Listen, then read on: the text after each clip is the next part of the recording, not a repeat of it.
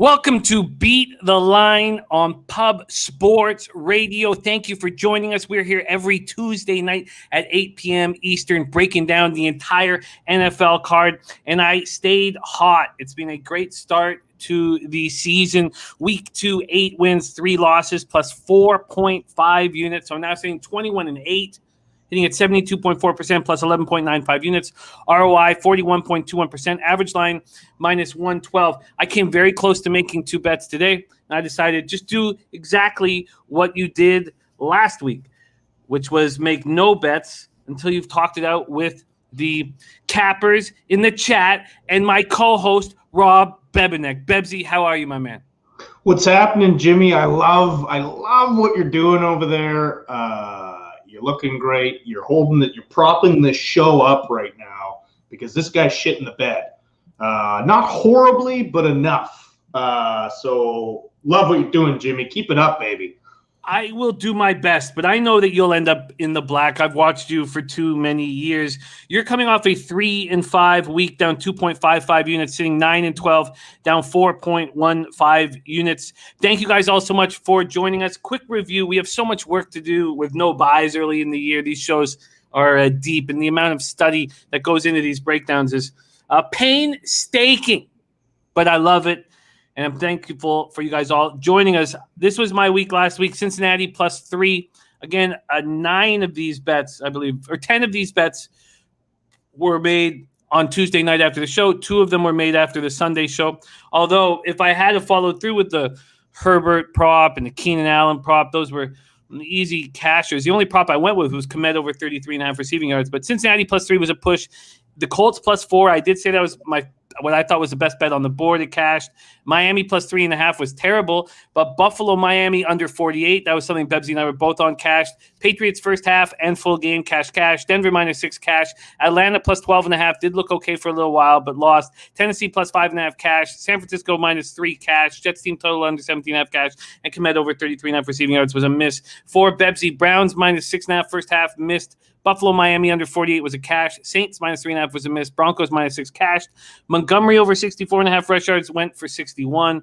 Murray over 36.5 rush yards. I believe he went for 31. So it was loss. Edmonds got 46 rush yards, but only on 8 carries. So clearly he's ready for some big games ahead of him. And Ayuk, the touchdown for Ayuk did not come to fruition.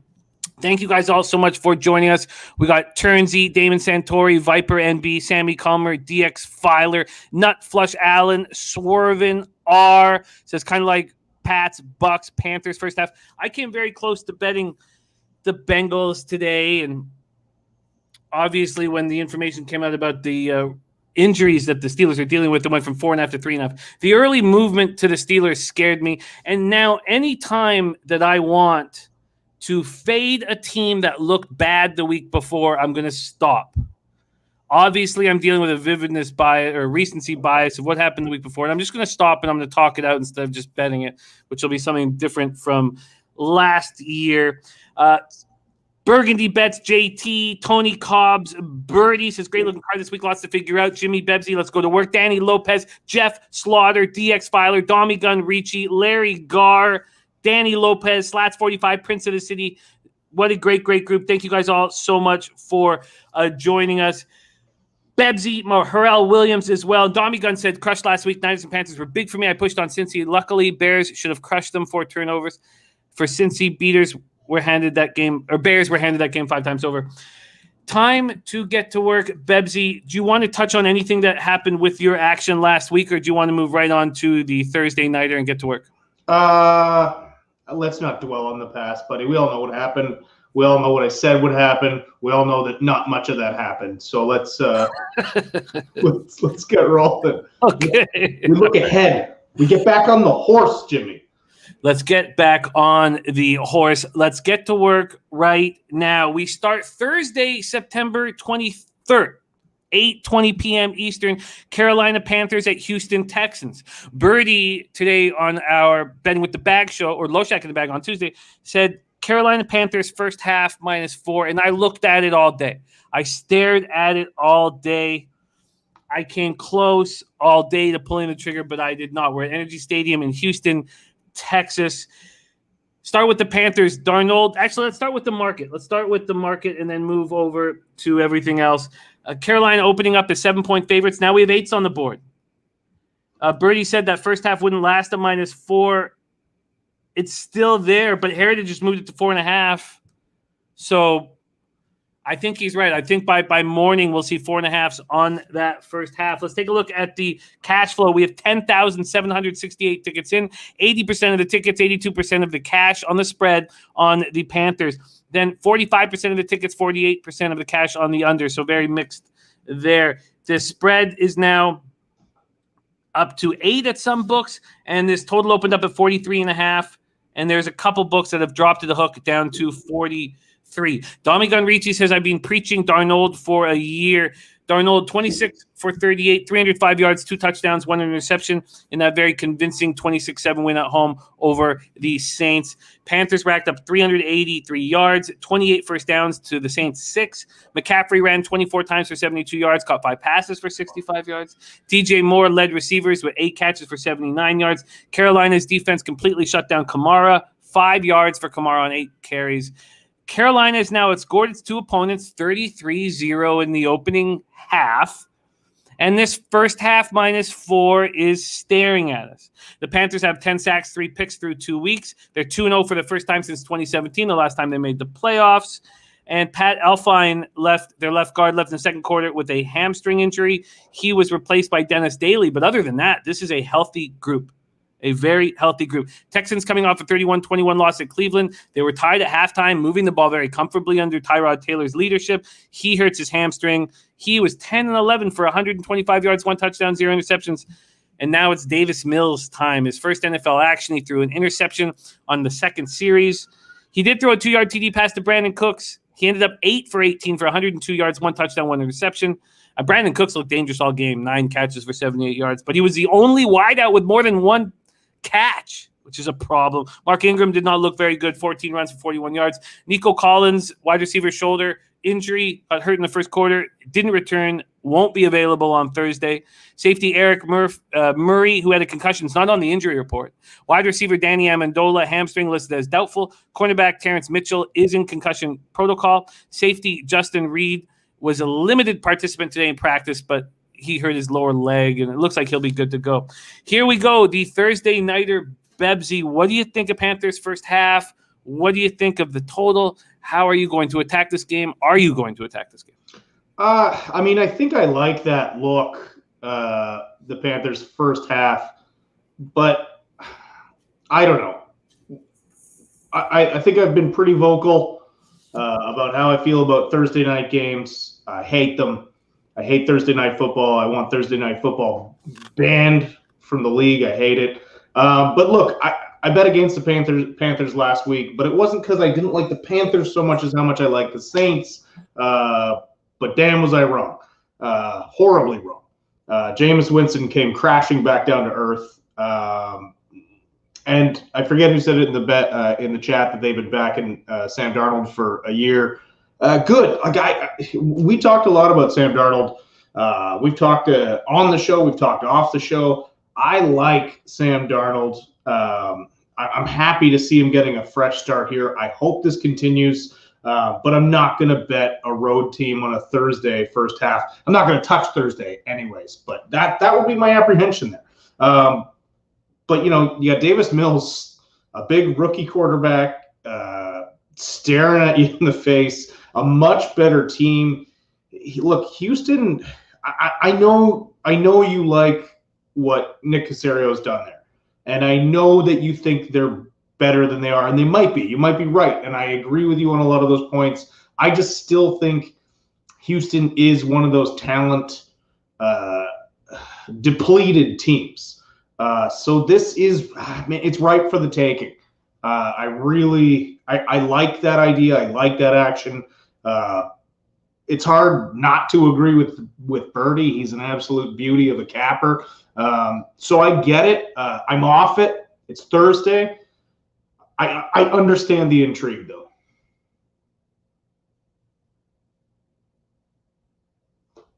You muted, Jimmy. Sorry, I got little baby sucking titty action in the background. Let's talk about Davis Mills. What was your feeling with him as Stanford's quarterback? Do you think that he would be some quarterbacks when they don't know they're going in? Some young quarterbacks, I like it. You know, they don't have to have the pressure on them all week. Some, when they have that pressure all week, knowing that they're starting. Now, this is just 3 days of pressure because it's Thursday nighter, but all eyes are going to be on him. How do you think he will handle that? I mean, I have to have a little bit of faith in Davis Mills. This is a guy who was, a top recruit coming out of high school who's had nothing but injury problems. So he's overcome a lot already. I kind of trust a guy like that. He was a prototypical looking quarterback. And I think, he was drafted as a possible project. I don't think anybody was expecting him to start week 3, including himself. I don't think he's going to buckle under the pressure. I just don't know if he's there yet as a player. He didn't have a ton of playing time in college because of the injuries. And here he is, week 3, starting a very good team. And look, they're probably going to blitz the absolute hell up. If you had a choice between the Panthers first half -4 or the Panthers full game -7.5, what would you bet? I'd take the first half just because of the way the Panthers have stormed out of the gate. And, I think it's going to be a rough start for Houston at home, even though it's at home on a short week. And this defense from the Texans didn't look quite as good in the loss at Cleveland, but I've been very impressed with, and this is the main reason why I love what Casario's done. Do you think there's a chance that the Texans can hold the Panthers down a little bit? What do you think of this total coming at 43.5 down to 43? Look, low totals on Thursday nights make a ton of sense. This is no different. You just have less time to put together a game plan. Now, fortunately for the Carolina Panthers, as I said before, they're not going up against a juggernaut of a team. Like, I agree with you. I like what Casario's done. But still, when you look up and down that roster, you see a couple of solid players. You see a couple of ghosts of former selves. And then you see guys and you're like, when the hell did this guy come into the league? Like, there's a lot to be desired. I don't think they hold them down much, but I don't think Carolina needs to do much to beat them. I don't see them generating a ton of offense this week. So Thursday night, low score. I would still lean towards the under on this one. Houston Texans team total is sitting at 16.5 at Bet365, juiced to the under. This feels like the Broncos going into Jacksonville last week, where they didn't need to flex muscles. They didn't need to push it. They were playing without Jerry Jeudy. Let's just take this 23-13 win and hit the showers. So I think that the under has to be in play. And I think that of the unders, Texans team total under would probably be my preference. I think in order to hit the over, you'd have to be expecting Davis Mills and that, not great offense to at least throw up 17 of their own, which I don't see. I don't know if I see that happening. Agreed. So, with Davis Mills, are we going to be concerned about pick sixes? Are we going to be concerned about quick scores in that range? Would I feel more comfortable with the Texans team total under 16.5 rather than the game under 43? I think so. So I think I lean right now towards Panthers first half and Texans team total under 16.5. The issue is if I feel like the Panthers, I do not want to double up here. And if I feel like the Panthers are that much better than the Texans, why wouldn't I give myself 60 minutes instead of the 30 minutes? And I'm sort of leaning towards that angle. I get it. I completely get it. I mean, over 60 minutes, the better team could settle down. Look, if it was a first half bet, with the Broncos game that you just brought up on the weekend. I don't think you would have hit it. I can't remember, but I think the Jags were close at the half. And then full game, yeah, they took over. They're the better team. So they're just looking at that. There's also, I don't know, it feels like the Panthers are going to start riding high right now. Yeah, I agree. And but I don't think they need to do too much. And these spots right now, we have 80 and 80. What was it? 80 and 82% of the cash on the Panthers. I mean, that number is going to go up, and that makes me feel very uncomfortable. We've been going against the public quite a bit in the first 2 weeks of the season. JT says Texans team total under is the best look. Tommy Gunn says, what's the Panthers team total? It's at 26.5 right now. So let's not sit here and dwell on this decision. I'll make it after the show, but certainly Texans team total under 60.5, and the Panthers, whether that being a first half or a full game, I expect will be on my card. And the difference between 7.5 and 8 is not too big of a deal to me. Nutflush Allen says they have Cowboys on deck, lay off the throttle. Yeah, that makes a lot of sense. JT says McCaff could have 4 touchdowns. Yeah, lay off the throttle, meaning back to Panthers first half. But the Texans team total under, I think it'll be a ball control, safe. You know what Teddy's not Teddy, but you know what Sam Darnold will have to do is just play clean football, just like what Mac Jones did against the Jets this week. Just don't make any mistakes and comfortably take care of business. All right, let's move on to Sunday. That was your Thursday nighter. We got Maxwell Smart in the house. And Dennis Crosby says, what about McCaffrey over rushing yards, 83.5? I tell you what, if I was up 20 points in the second half, I would not give the ball to McCaffrey at all. I'd have him resting on the sidelines. Yeah, I wouldn't touch McCaffrey's props in this one just for that exact reason, Jimmy. Like, why, especially with the injuries he's had, why would you possibly chance him? I don't think you see a ton of them in this game. Dan Kelly is a good, nice final point. And those of you who don't know Dan Kelly, he's just so fortunate to cap with a capper like this. And he says, just from a math standpoint, it always seemed to me that a full game 8-point number is not equal to 4 points at the half. If you have to go with the fave first half and dog full game. All right, we're going to move on, and I will make moves on the Panthers, but just a simple play, I think, on the first half, and the Texans team total under 16.5. Too bad we can't get that 17. But, we talked about Babano talked about 17 being the crucial number for the Jets team total under that I was on because I got 17.5, and that was not needed. Let's move on to the first spot on our card, Sunday, September 26th. It is Washington, 1-1, first road game of the year at the Buffalo Bills, 1-1, 0-1 at home in Orchard Park, New York. Let's start with the market and then move on to the cash. Here we go. Buffalo opens up at 9.5, and we now see, market's all over the place. 9.5, 9s, 8.5. There's a 10, an 8 at Heritage. There's now the 10, mind you, at Sports Interactions at plus 105, but this market is all over the place. Wow.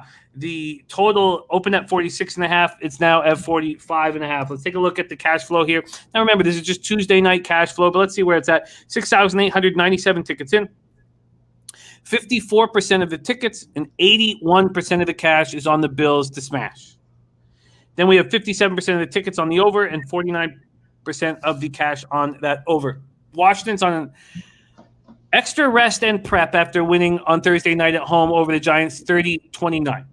The reason why I didn't back the Chargers this past week was because Birdie was confident with his Cowboys, and the key thing for him was the extra rest and extra preparation. Now, they were fortunate. Dustin Hopkins missed that 48-yard field goal, was saved by the Dexter Lawrence penalty. Let's get a titty in his mouth. I'm supposed to be a professional here. We throw a titty in his mouth as soon as possible. Listen, we're trying to run a pro show. Get some titties in some mouths. Please throw a titty in his mouth. The only way this show gets made. Taylor Heineke making just his second career regular season start, first since 2018 with Carolina. He was good, 34 for 46, 336 yards, 2 touchdowns, a very costly interception. He's bound to make mistakes. Scary Terry McLaurin, favorite weapon, 11 catches for 107 yards, 1 touchdown. JD went for 5 catches for 83 yards. Logan Thomas, 5 catches for 45 yards. Antonio Gibson ran 13 times for 69 yards, but Washington's defense did not look good. So when I hand this over, I do really want you to touch on that. On the Giants' first possession of the game, they went 79 yards on 11 plays, scored a TD, made it look very easy. They scored on their first 4 possessions of the second half. Jonathan Allen had 2 sacks. Kendall Fuller, Montez Sweat, 1 each. The Bills are coming off a dominant 35-0 win at Miami. Allen was 17 for 33, 179 yards, 2 touchdowns, 1 interception. Also ran 5 times for 35 yards. We get the Buffalo Talk Radio here. 5:50 a.m. up here in Toronto, and all of the calls were fans worried about Josh Allen, worried about his numbers, worried about him, and they were just told to calm down. Everything's fine. He didn't need to push it, and he didn't push it. Diggs caught 4 passes for 60 yards and a touchdown. Sanders 2 catches for 48 yards. Singletary ran 13 times for 82 yards. Zach Moss got back on the field after being the surprise healthy and active in week 1. 8 carries for 26 yards, and it didn't help his cause with a fumble. Bills' defense was dominant. 6 sacks led by Russo's 2. They're so deep with pass rushers. They have 8 pass rushers. They have 8 defensive ends that they can bring out there. They have a really nice roster. They knocked Tua Tagovailoa out of the game after just 2 series. Epinesa blew past Jesse Davis, who's now hurt, and hammered him. He got sacked twice. Tagovailoa got sacked twice on 2 possessions. Did not look good. Levi Wallace had an interception, and this Bills team is a very healthy, dangerous group. But should they be this big of a favorite? And what do you think of this total at 45.5? Bebsie, take it away. Washington, Buffalo. Well, yeah, let's get that out of the way. It is a pretty big spread. 8s, 9s, 10s, wherever you're looking. It is a big spread against a competent Washington football team. I have been underwhelmed with their defense so far. Like, their defense, I thought was going to be fantastic. I thought, Chase Young in year 2, Jonathan Allen looks incredible. He actually has been a monster. But it's been pretty quiet. Montez Sweat's had some moments, but overall they've underwhelmed a little bit. Now, the first week, the Buffalo Steelers game in the first week, Buffalo was winning that game. It kind of fell apart. The Steelers, they're obviously a good team. They're a playoff team. I feel like that was a bit of an anomaly. This Bills team is loaded. I don't know if they let the hype bury them, and now they got to climb out of it. But look, I like this Bills roster. It is super talented. Like you talked about, that defensive line just has pass rusher after pass rusher. I don't know how well Washington is going to be able to handle. The other thing too is Scary Terry. Okay, phenomenal game last week. But if he's the only target, he's going to have Trey White all over him this week. That's a way tougher matchup. I know James Bradbury had a great year last year. I don't know if I think he's that fantastic. He did get a pick in that game, a costly pick as you talked about. But I just think it's a much more difficult matchup. Look, Washington could be in trouble. And I don't think that's an overreaction to them stomping Miami. Obviously, losing Tua was a big hit early on. But this is a real tough spot for Washington. Nut Flush On says, telling you Bills are in the same mentality as last year. They're going to step on your throat, then kick you in the nuts. As long as their nuts aren't at the same time? Yeah, just make sure that the nuts aren't in the throat. But that's hard. Try kick somebody in the nuts with your foot on their throat. C-Mac says, long legs. Yup, rest here for the football team. Classic overreaction to that Bills win. Bills minus 8.5 and going higher. I will wait and get the best number on the football team. If this gets to double digits, I completely agree with C-Mac. C-Mac will be closing our Sunday morning kickoff show as well. He'll be the last guest coming this weekend, and I'm looking forward to hearing his looks. I agree with him. I agree with him. Yeah, I'll second that. If this gets to 10, we bet Washington football team. So, and from a total standpoint, I do not know what to do with the Washington defense. Why don't we close with that and move on? Bebsie, what are your thoughts on this Washington defense? Is supposedly vaunted front seven after seeing them in action for 2 weeks. Again, I mentioned earlier they've underwhelmed. I had a lot of excitement about just watching this team, and I don't know if they're stumbling out the gates or what, because outside of Jonathan Allen, I have not been impressed, and that includes Chase Young. Like Chase Young, man, this guy's a freak. This guy should be dominating, and so far he's been fine. I haven't been blown away by him. I'm sure Washington fans will lose their mind and tell me about how he's the greatest DN in the NFL. But they've been underwhelming as a defensive unit so far. I think they've been fine. They did a good job in week 1, kind of containing the Chargers offense. But man, they gave up too much to the Giants. I understand divisional games, teams play a little different. But yeah, I've been underwhelmed with them so far.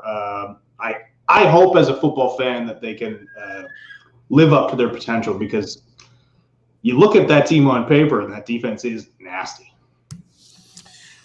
Yeah, I don't know what to make of it, but I really think that C-Mac nailed it there. Yeah, nailed it with that breakdown and the rest. And we saw what the Cowboys looked like with extra rest against the Chargers. If I get 10, I'm pulling the trigger immediately. So that won't be tonight, clearly. And I do want to clarify that I think this Buffalo Bills team is very good. But I agree with C-Mac in the sense that, yeah, they stomp a team like Miami 35-0 and everybody loses their minds. But it doesn't happen every week. And you don't lose your starting quarterback every week. And big time overreaction here. So, yeah, bet it up. Yeah, let her go. I agree. And also, this would be the third straight week that I would be fading the Buffalo Bills, and that was not the plan going into the season. Obviously, it blew up in my face. Week 2, I cashed out in week 1. Okay, let's move on. We next attack 1 p.m. Eastern, Chicago Bears at Cleveland Browns. This is wild. I just love the intangibles and all that's going on in this football game. Let's start with the market. This total opened up at 47. It's still at 47 at Pinnacle, but there's been a 14-cent move to the under. So all the other books have moved it to 46.5. Heritage has moved it to 46. Cleveland opening up as 7.5-point favorites. They're now 7 almost across the board, but Pinnacle still showing the 7.5 at plus 108, which is basically a 7. Okay.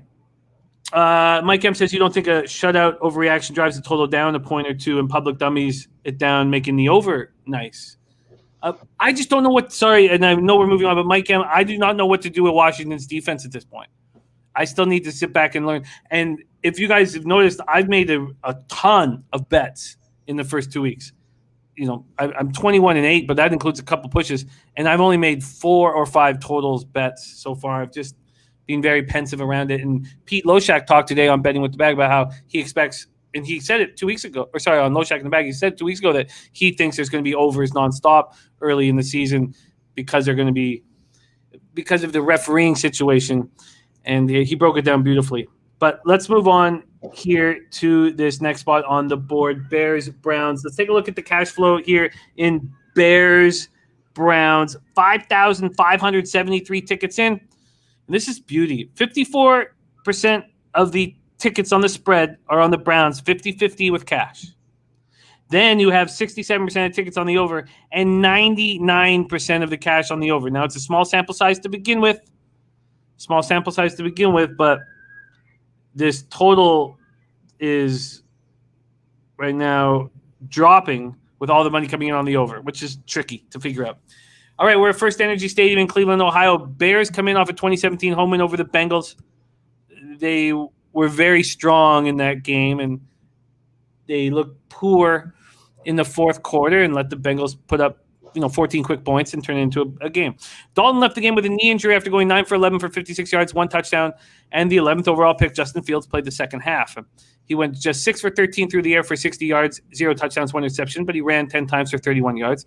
I said in my videos with Babano to start the season, I said, I bet you Bears fans are kind of sitting back hoping that Dalton gets hurt. I know it's a fucked up thing to say, but I really thought that they want Justin Fields in there, and now he's in. Dalton is week to week, and Justin Fields expected to – Justin Fields will be starting. Darnell Mooney led the way, receiving 6 catches for 66 yards. No one else had over Allen Robinson's 24 yards. And I wonder if that's going to be a sign of the future where these talented receivers like Allen Robinson are not going to get opportunities to put up big receiving games. David Montgomery led the way on the ground, running 20 times for 61 yards. Roquan Smith returned an interception, 53 yards for his first career touchdown. They got 3 straight picks. 3 straight times they intercepted Burrow. 4 consecutive takeaways for the Bears during that giant stretch. They were up 23, and things fell apart a little bit. 42-yard touchdown pass, Burrow to Jamar Chase. Then Fields got intercepted at the Chicago 25 by Logan Wilson, who brought it back to the 7. Robert Quinn had one of Chicago's 4 sacks. We talked about that in the offseason. 1.5 now in the season. He had just 2 last year. He was nowhere to be found last year. This defense is healthy, and it still has a lot to prove after the shit kicking they took in week 1. They're out for blood. Nose tackle Eddie Goldman was inactive after missing the opener. He opted out last season because of COVID-19 concerns, but this is a healthy defense that was disrespected after their poor showing at SoFi. Browns are coming off an underwhelming 31-21 win at home over the Texans. The score was tied at the half before Cleveland pulled away when the Texans lost Tyrod Taylor. What would have happened had Tyrod Taylor stayed throughout the game?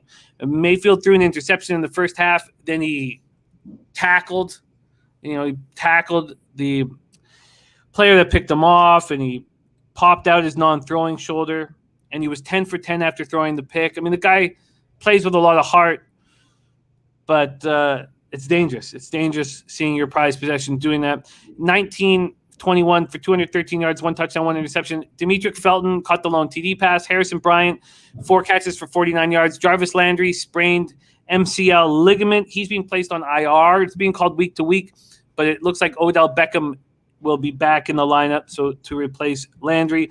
Chubb led the way with 11 carries for 95 yards. Kareem Hunt, 13 carries for 51 yards. Here we go, Bebsie. What an interesting spot. This is the Browns at home as 7-point favorites. Is that too many points from what you've seen from the Browns so far this year? Look, that Landry injury hurt. That sounds weird to say that. Say that out loud. That Landry injury. Sounds like I'm trying to say the same end to the word, but I'm not. Anyways, the injury to Jarvis Landry is that's going to hurt. I mean, he's been a go-to receiver. He's a guy who can catch a ton of balls in bunches, and Baker Mayfield likes him. Who knows what Odell Beckham we're going to see coming out? So that's right away. That's troublesome.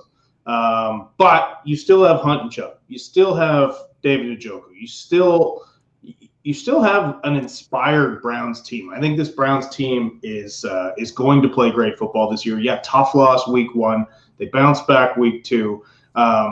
There's got to be a ton of uncertainty around Justin Fields. However, this team's got to be excited about it. I think they wanted Justin Fields from the start. The fans obviously do. Not a great debut, obviously.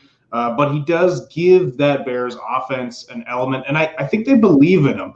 I don't know if they ever believed in Mitchell Trubisky.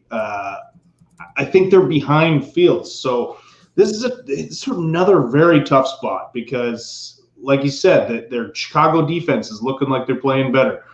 Cleveland's got a banged-up quarterback and their go-to receiver missing. Bears have a rookie QB playing his first start. However, he's super exciting. So I don't know. This Browns team is well balanced. This is a really tough spot. Gun to my head, I take the points with the Bears. But I don't know how you back a rookie quarterback in their first start. It's just it's really difficult to do that.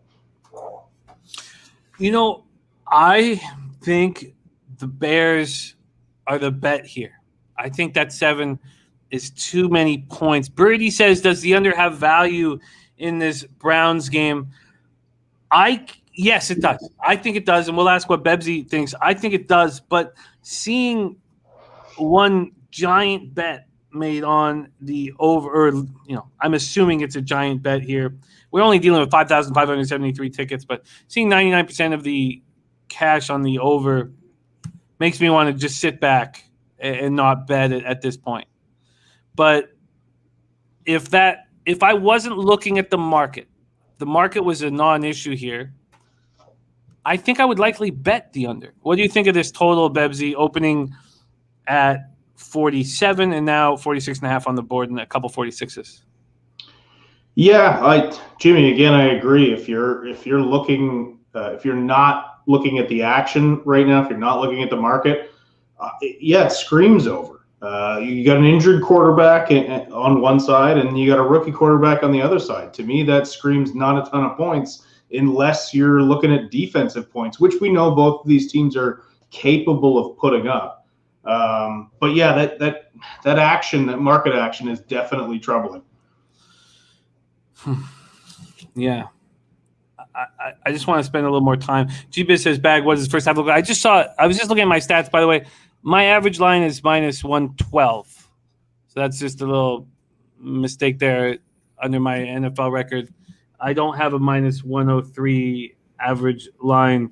I'm minus 112, and Bebsie's average line is plus 101, but that's beside the point. If we're talking first half here, Bebsie, G-Biz saying, what does the first half look like? I can't. I would just be guessing what the first half looks like, because I'll tell you what, this is why I think this is the final turning point for me betting on the Bears plus 7 here, is I loved that Justin Fields struggled a bit. I love it. I love that he's questioning how he played. I forget, I don't have the quote in front of me, but he was asked, what's going to happen next week, and preparation. It was a very strict one-line sentence about, I'm going to be ready, I'm going to be more prepared. It was very right in the eyes. It gave me confidence in him. I like that he struggled. I think he's going to fire here. I think he's going to be very good. Burgundy Bet says Justin Field rush prop, got to be a play, probably around 30 yards. What is your expectation of Justin Fields? Do you think he's strong early? What do you think about a first half spot here for J-Biz or G-Biz? Look, I think unless they can scheme some open guys early and get his confidence going, again, I don't think Justin Fields necessarily lacks confidence overall, but it's still a rookie quarterback in the NFL facing his first start, coming off not a great performance. And this is a guy who has dominated at every level forever. So it's humbling. But Justin Fields he's been a gamer. I don't believe he'll be like previous Ohio State quarterbacks. He throws too well. He cares too much. I think this guy will eventually be excellent. I think his rush props are definitely in play this week. But I wonder, I worry more about Nagy than I do about Justin Fields. Nagy has given me no reason to believe that he can orchestrate a good offense. He never has. I'd look at individual rush props for him, but I think it's going to be a tough start unless Nagy is smart enough to give him some easy completions early on, give him some screens, get him out moving around, get that Cleveland Browns defense hesitating on coming after this guy, because Justin Fields will make you miss. He will cause problems with his feet. But unless he gets some completions early on, it could be another struggle this week. I like that breakdown. a lot. Dennis Tressi said something interesting. Let me quote him so I don't mess this up. But he said, I might be doing something dumb, Bears alt spread +4 +130. I think Bears lose on a late game winning drive. I don't think that's dumb at all. But I do think that the goal of the alternative line to me is to take out the juice, right? You want to get the juice out of there. So when I see even a +6 at +105, I think, okay, I've done the job there. That's my personal look on that. But a +4 at +130 is appealing, and I don't think that's a mistake. But when I watch Whale Capper do that all the time, he's only creating a situation to cut the juice off. He doesn't go, but he does make bets on the money line, mind you. But on situations like this, it's just about making sure that there's a plus line, not a negative line. Okay, let's move on. Dommy Gunn says the historic numbers versus rookie quarterback +7 or more are a big against them against the spread. And Dennis Garcia said my number came to Cleveland -8 and 47. Okay, there we go. I'm going to move on the Bears at +7. I'm going to do it. Let's move on to the next spot, and that is Baltimore Ravens at Detroit Lions, Ford Field, Detroit, Michigan. On most of these games, I write down the pertinent injuries, but there are a few teams here where the injury list is so long that I have in quotation marks pull up the injury report. The Ravens are one of those teams. Ford Field in Detroit, Michigan. We have Baltimore opening up as 7.5-point favorites. There's been a 3-cent move at Pinnacle. Now, a lot of the books have moved it to 8, but let's just focus on what Pinnacle's doing. Just a 3-cent move towards Baltimore. This total opened up at 49. Pinnacle's moved it to 50. All the rest of the books are at 49.5. Mark my words, the rest of the books will follow what Pinnacle is doing. Then we go to the cash flow in this spot. And we have 6,115 tickets in. 68% of the tickets are on the Ravens and 85% of the cash are on the Ravens. We don't have the money up for some reason, but we have 51% of the tickets on the under. So, I'll just have to keep an eye on that, and I'll let you guys know during my own show in the mornings. Okay, Ravens are coming off a giant 36-35 win at home over the Chiefs on the Sunday nighter. When they punted to Kansas City down 35-24 with 3:24 left in the third, the Chiefs had a 91.6% win probability. Lamar Jackson 0 for 3 lifetime against the Chiefs. He gets to exercise those demons. He was 18 for 26 for 239 yards, 1 touchdown, 2 interceptions. He also ran 16 times for 107 yards and 2 touchdowns. And look, I'm a big Lamar Jackson fan, and I don't care about what I saw on Sunday night. I don't believe in this football team, and I don't know what to do with the Chiefs right now. That's more of a question mark. But the Ravens will be a fun betting team to figure out as we move forward, but I don't think that they're in line for something special this year. It was Jackson's 9th career 100-yard rushing game. That's tied with Michael Vick for most by a quarterback. Ground attack puts up 251 yards. Can you imagine that with the injuries they had to start the season at the running back position, that they still can easily put up 251 yards? 41 consecutive games with at least 100 yards. That's 2 games away from tying Pittsburgh's record of 43. That was in 1974 to 77. Tyson Williams ran 13 times for 77 yards. He looked really good. Marquise Brown looked very dangerous. I was very impressed. 6 catches for 115 yards, 1 touchdown. Mark Andrews, 5 catches for 57 yards. Sammy Watkins, 4 for 44. The defense did not look good, though. 0 sacks on the day. We're easily beaten through the air. And this defense is already ravaged by injuries. Lost safety Deshaun Elliott to a concussion, and nose tackle Brandon Williams to a strained neck.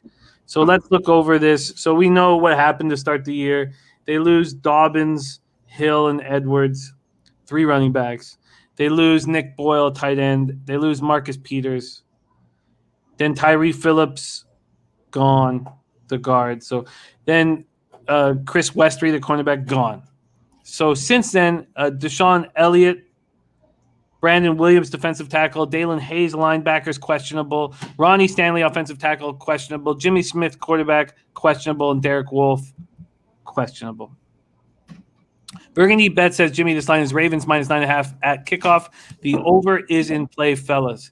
With the poor secondary from the Ravens and the nothing pass rush from the Chiefs, I couldn't believe that I wasn't on the over on Sunday night. Lions are on short rest and preparations after their 35-17 loss to Green Bay on Monday night. They're up 17-14, look poised for a giant upset before the Packers took over in the second half. Goff, 13 of his first 14 passes. He ends up 26 for 36 for 246 yards, 2 touchdowns and a pick. He also runs 4 times for 46 yards. That included a career-long run of 26 yards. He did fumble twice, losing one of them. Hawkinson had another monster game. 8 passes for 66 yards and a touchdown. Cephas, 4 catches for 63 yards and a touchdown. DeAndre Swift looked dangerous. He's still got to step it up running the ball, but 8 carries for 37 yards, 4 catches for 41 yards. But, and there's a huge but, the secondary took another massive hit. Now, the Ravens probably won't exploit it too badly. But Okudah ruptures Achilles tendon in week 1. Then they lose their 3rd-round pick out of Syracuse, Melifonwu, on the first series of the second half to a thigh injury. He's out multiple weeks. This Lions team is dealing with a lot of injuries. Dennis Garcia says, Baltimore beats Mahomes for the first time Sunday night last second. Now go on the road to face non-divisional foe as flat as can be. The one thing Detroit does do is bring it for 48 minutes of effort, despite lack of 48 minutes of effort, despite lack of talent. So you can tell that Dennis Garcia is leaning towards these Detroit Lions. 8-point dogs, and we've already heard Burgundy Bet say it'll be 9.5 at kickoff. Take it away, Bebsie. Ravens, Lions. Look, I tend to want to agree with Dennis here. Right? This is a Ravens team coming off an emotional victory, but also this is a Lions team that, as I love that it was for 48 minutes. But yeah, this team, they're fighting. They're believing in. I did not think that they would believe in Dan Campbell's bullshit. When I saw that presser, his first presser, I was like, oh boy, this is going to be a nightmare in Detroit. But I'm seeing some fight from these guys. I mean, I've always had a soft spot for Detroit. How can you not kind of like Detroit? They're like a lost, abandoned, beaten puppy. So I understand why you would lean towards taking them, especially given the laundry list of injuries and the uncertainty, Jimmy, your uncertainty and a lot of people's uncertainty about the Baltimore Ravens. Now, what I do like in this game is I do like the over. This screams over to me, and I think this is probably going to be my first spot here. And a lot of it has to do with serious injuries to both secondaries right now. So, look, when I look deeper into past props on the weekend, I think I might look at overs for both of these quarterbacks who don't historically put up a shit ton of numbers. But this is a good spot for it, and I don't know. I really think the over is in play here. Over makes a ton of sense, and the Lions make a ton of sense. The key here is to wait. God, it's so hard for me to even say it. But to wait and show discipline here. Wait, just like Burgundy Bet says. But don't wait on the over. I'm not waiting on the over. I'm gonna make that my first action this week. And I'm not going to wait on betting Detroit because I can't bet Detroit. But I get why you are. And I need to – that's something as a capper I need to get around, but it's so hard for me to back the Detroit Lions in any scenario. I think this is the perfect scenario. And look,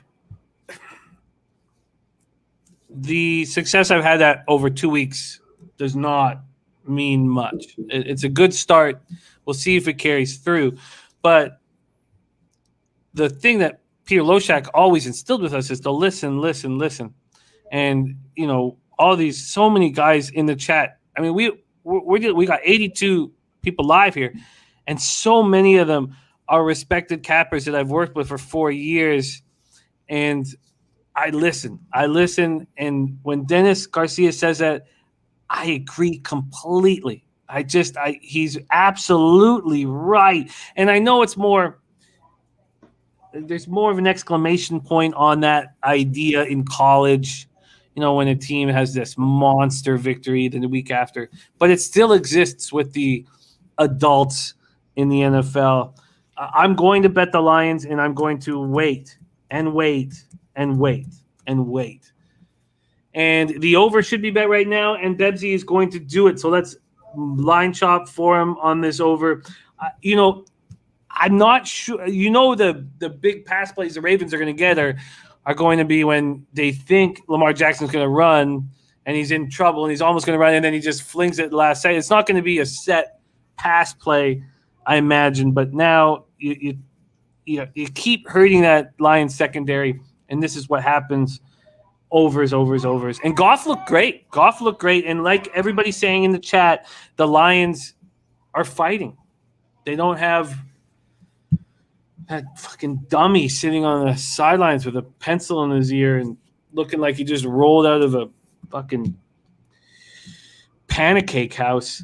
Let's go. I'm going to give you the total right now here on the Baltimore Ravens, Detroit Lions. I don't know why Pancake House came out. Maybe that's a. I was gonna shit on you for saying it, and then I let you.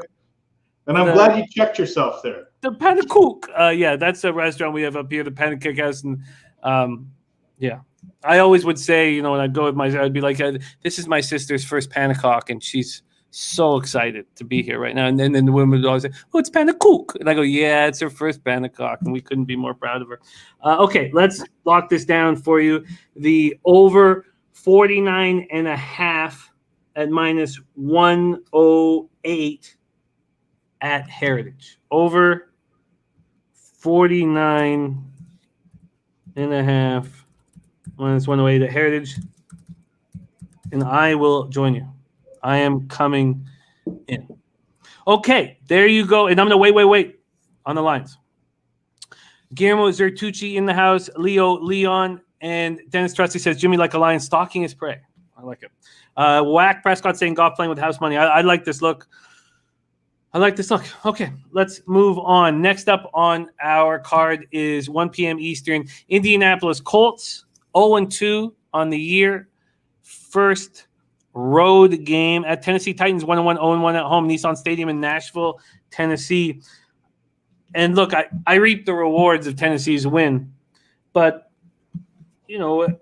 there was a lot of spots in that game when it looked like it was. I mean, with 13:06 left in the fourth, the Seahawks were up 30-16.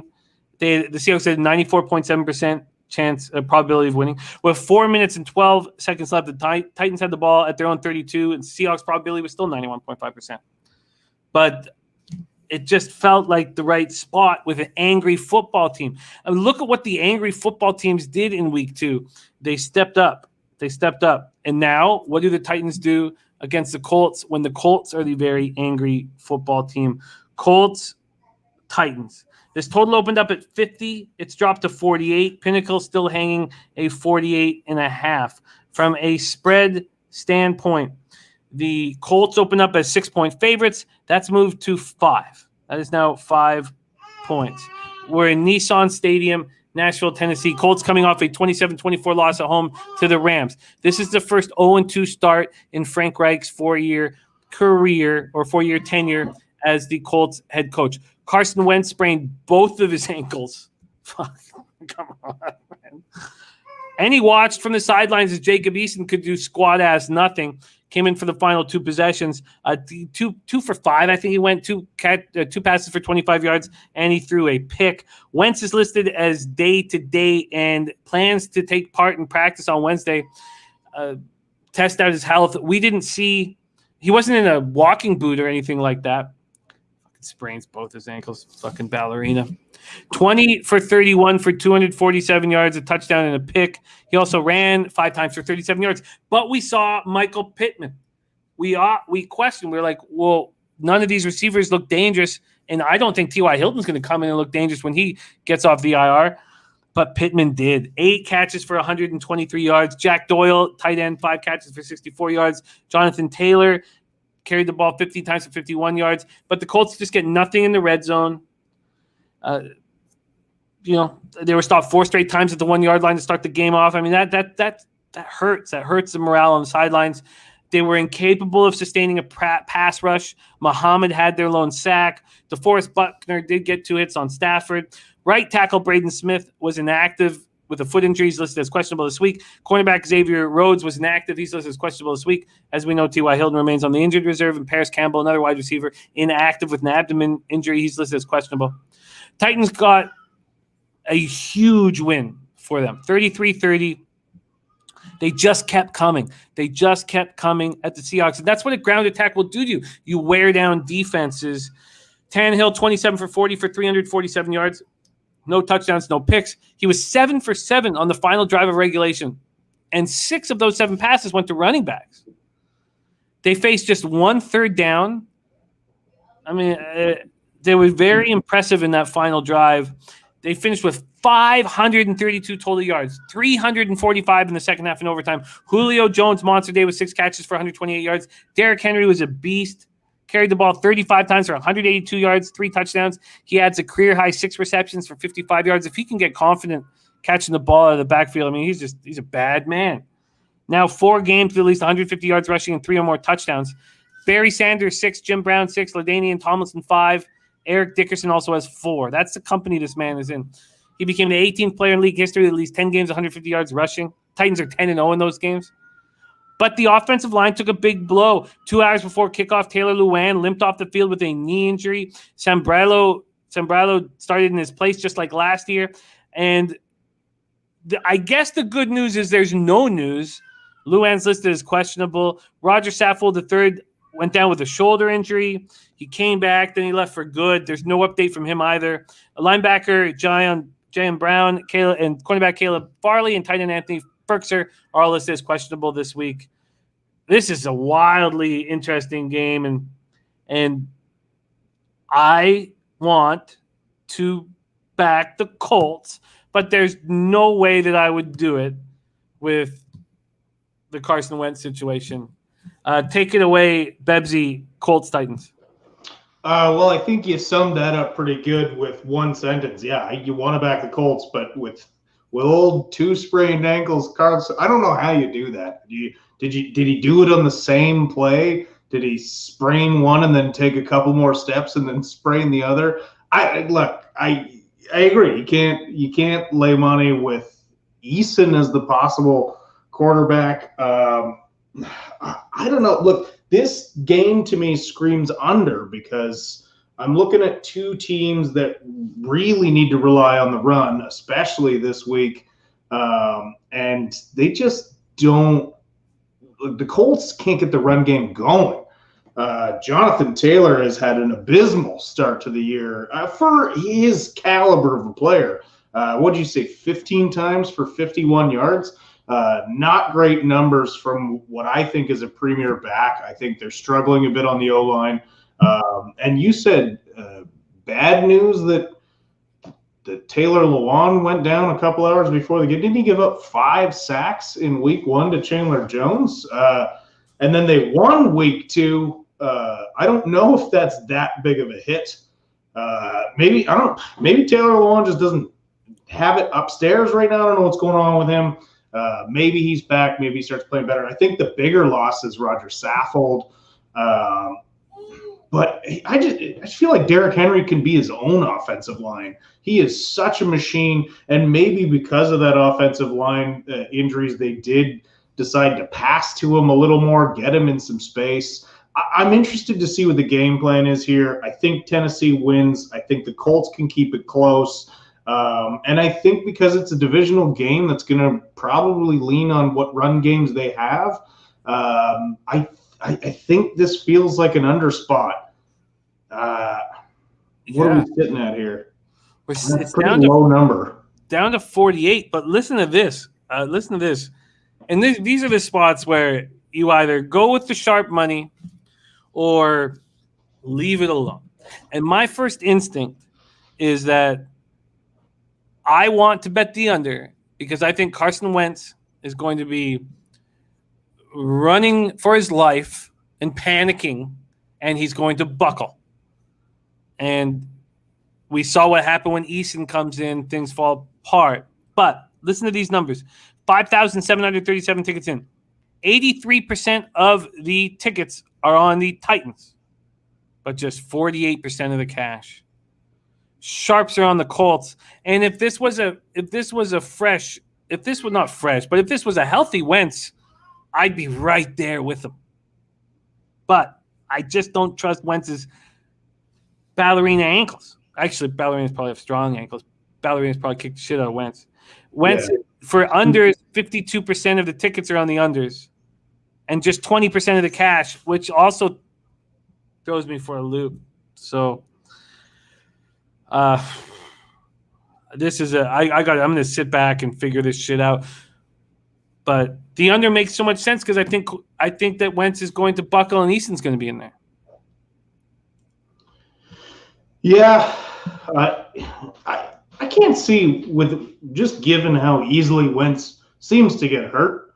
No knock on him. He plays a big boys game. It's very hard to not get hurt in the NFL. Jimmy, if you and I played one snap in the NFL, we'd probably both be at least semi-paralyzed. So I'm not going to shit on the poor guy for being hurt. But, yeah, it's really hard to lay your hard-earned cash on the injury prowess of one Carson Wentz. Dommy's funny. He says if Wentz was healthy, I'd bet the Titans. Okay, I'm going to do nothing at this point, but I understand the under, and what's changed my MLB handicapping is just trusting the market, and by trusting it, I mean that if it doesn't fit with what I cap, I just stay off of it, which has now been proven. I had my guy TJ start tracking these situations I'm in when I have a plan, the market's on the other side, so I stay off of it. Had I have switched, I'm hitting at 65%, but I still don't have the balls to say, okay, let's just throw everything that my plan was out the door and just go with this market. So I'm not going to do that. JT says loving Titans overs. So no move for me at this point. Is there anything you want to do here in Colts Titans before we move on? I thought about moving on that under, but with what appears to be sharp money on the over, I'm not going to touch. You've scared me off of it. And Bebsie's going to be on with us every Sunday morning. So lots of time to make changes and send action in. That is Colts Titans. And if Wentz is wealthy, if Wentz was healthy, I'd be on the Colts. And the under does make sense, but I'm not going to move on it. Okay, we move on to 1 p.m. Eastern. LA Chargers 1-1, 1-0 on the road. At the Kansas City Chiefs, 1-1, 1-0 home Arrowhead Stadium, Kansas City, Missouri.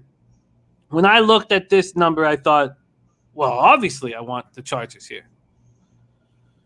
But clearly, that's what the public does. They have a recency bias.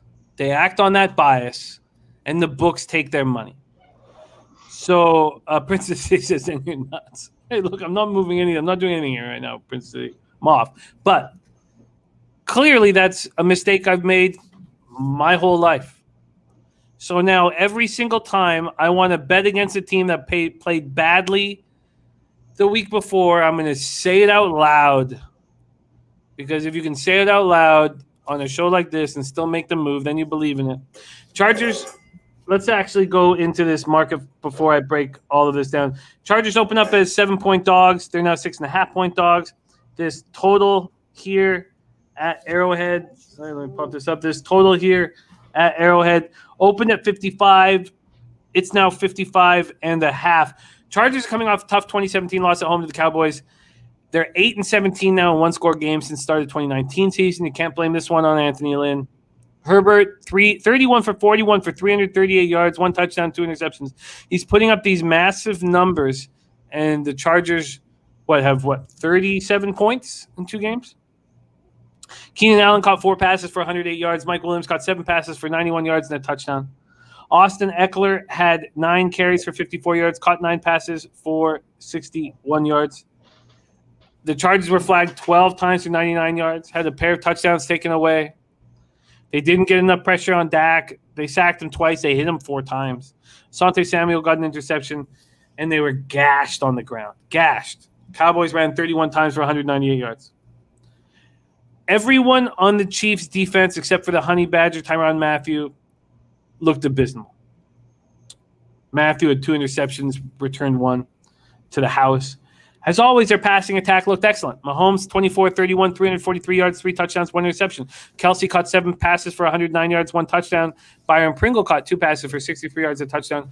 McCole Hardman caught 5 passes for 55 yards. Surprisingly, Tyreek Hill, nowhere to be found, caught 3 passes for 14 yards. Clyde Edwards-Helaire did not look good. 13 carries for 46 yards and 1 extremely costly fumble.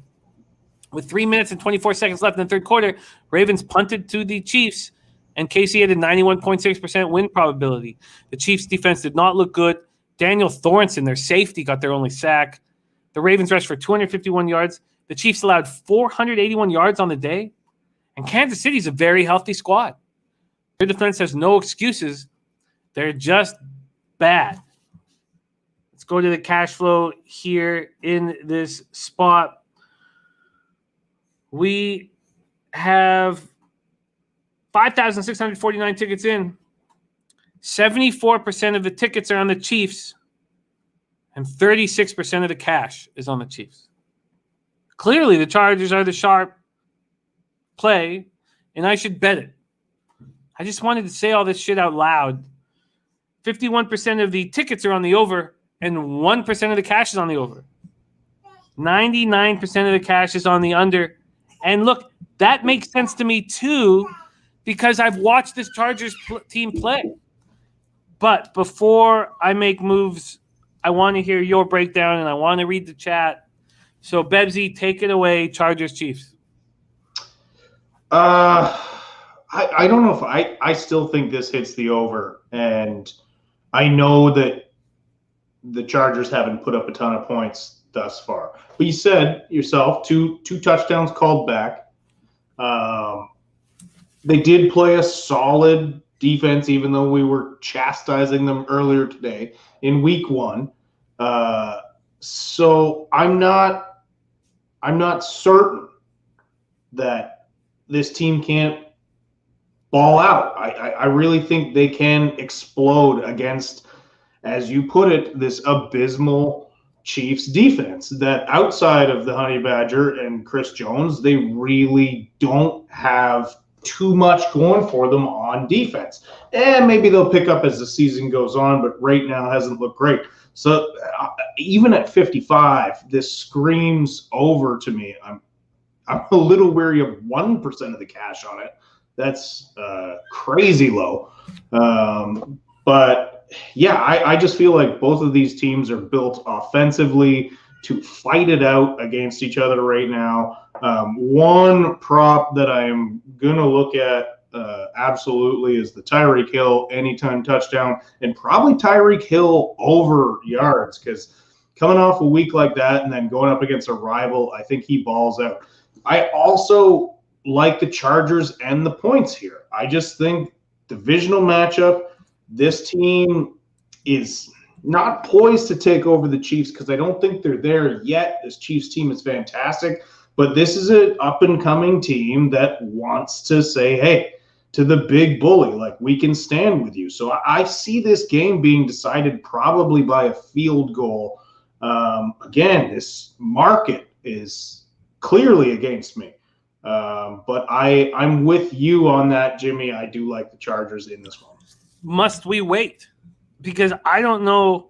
I mean, clearly, people are going to notice that the public is on the Chiefs and the Sharps are on the Chargers.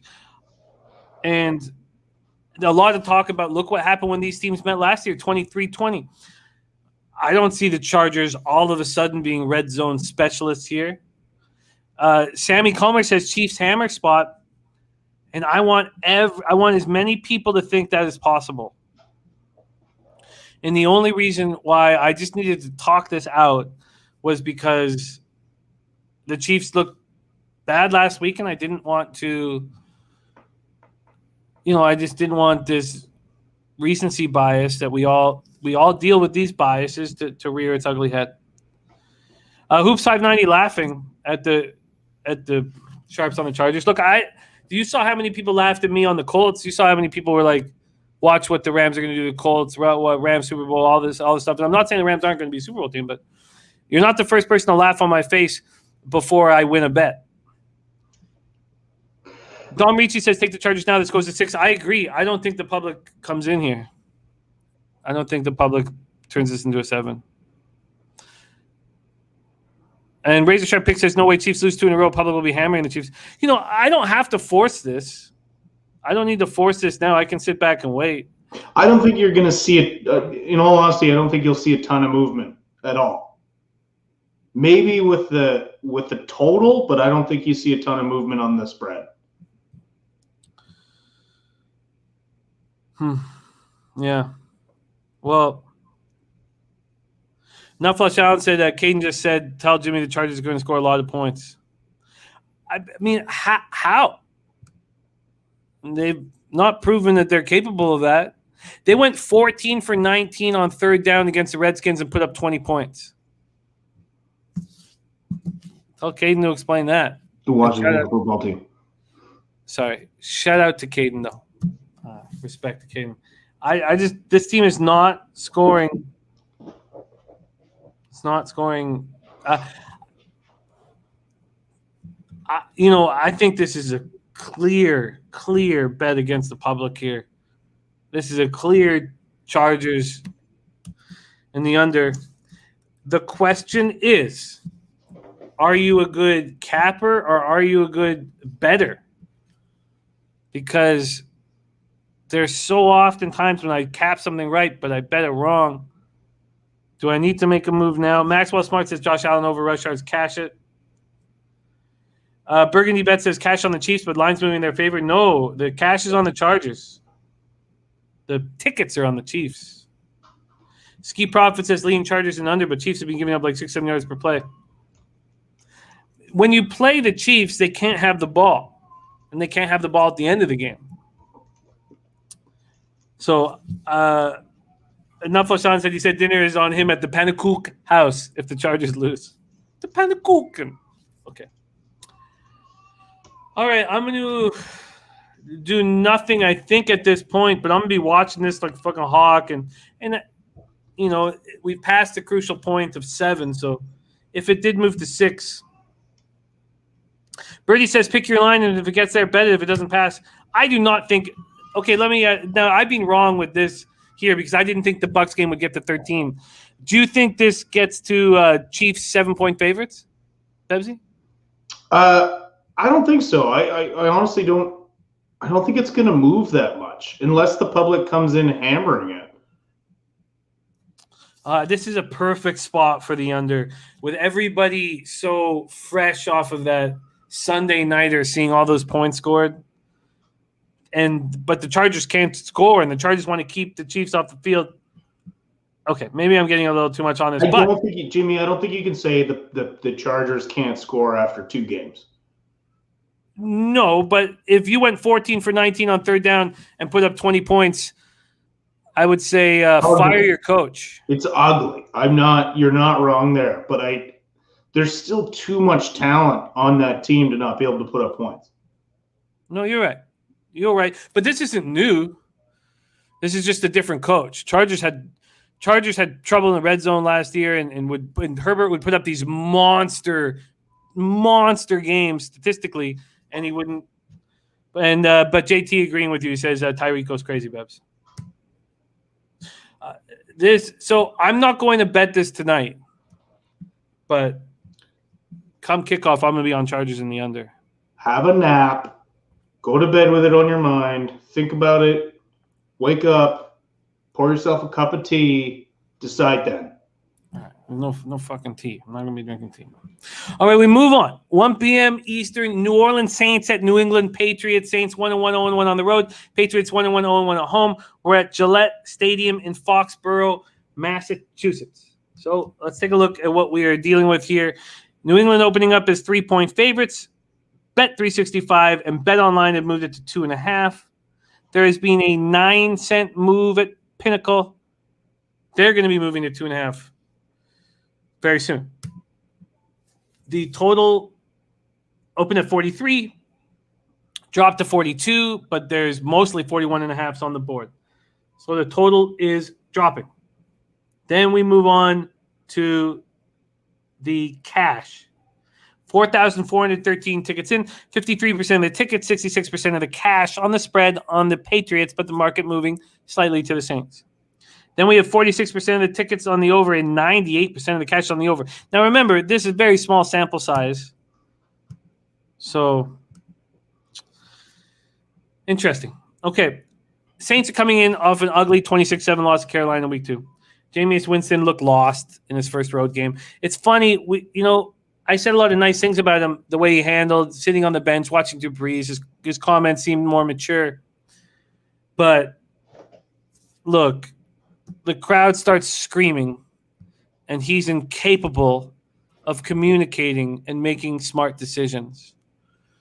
And I would guess that will never go away. That he's just incapable between the ears of playing elite football in the NFL. And maybe that's a little harsh, but God, he looked bad. 11 for 22 for 111 yards, 2 picks. The receiving core just couldn't get on the same page as him. Little Jordan caught one pass for 27 yards. That led the team in receiving yards. The offensive line couldn't protect him. He was sacked 4 times. They put up 128 yards of offense. That's the lowest under Sean Payton in his career. The running game was non-existent. Kamara ran 8 times for 5 yards.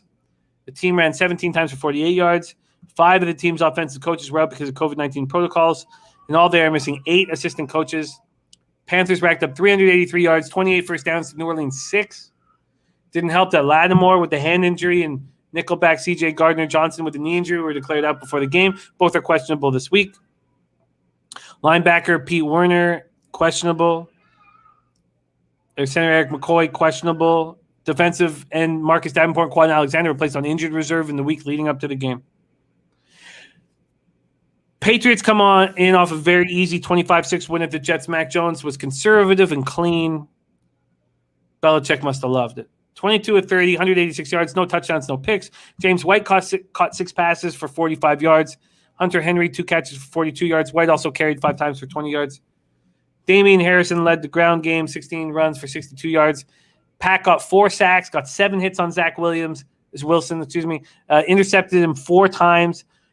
Right tackle Trent Brown sat with a calf injury. His replacement, Yasir Durant, was benched after allowing 3 sacks. He was replaced by Dustin Herron. Linebackers Kyle Van Noy and Ronnie Perkins are both listed as questionable. So I don't want to fade New Orleans because of what I saw last week, and I can't wait to break this game down with you guys and hear what you have to say and hear what Chad has to say. Bebsie, take it away. Saints, Patriots. Listen, first of all, I think we got to get a week-to-week soundbite compilation going, clip show, just what we have to say about Jameis Winston. Because last week we were like, he's doing it. He's turning it around. I love this guy. And then this week, you literally just said, I don't think he has what it takes between the ears to be an elite NFL quarterback. And you might be right. I'm not going to sell on him yet, but he did look terrible. Just lost that one pick he threw where there was nobody with his color jersey in the area code, but there was plenty of Panthers around. Let's I won't dwell on that too much, but I have to believe that Sean Payton can clean up the mess a little bit. And look, if Jameis plays like that week in and week out, they'll just start Taysom Hill. He'll just get more snaps. So I don't think New Orleans is going to be that bad week in and week out. Come on, this team still has a ton of talent, but yes, it looks like they were hit pretty hard with the injury bug.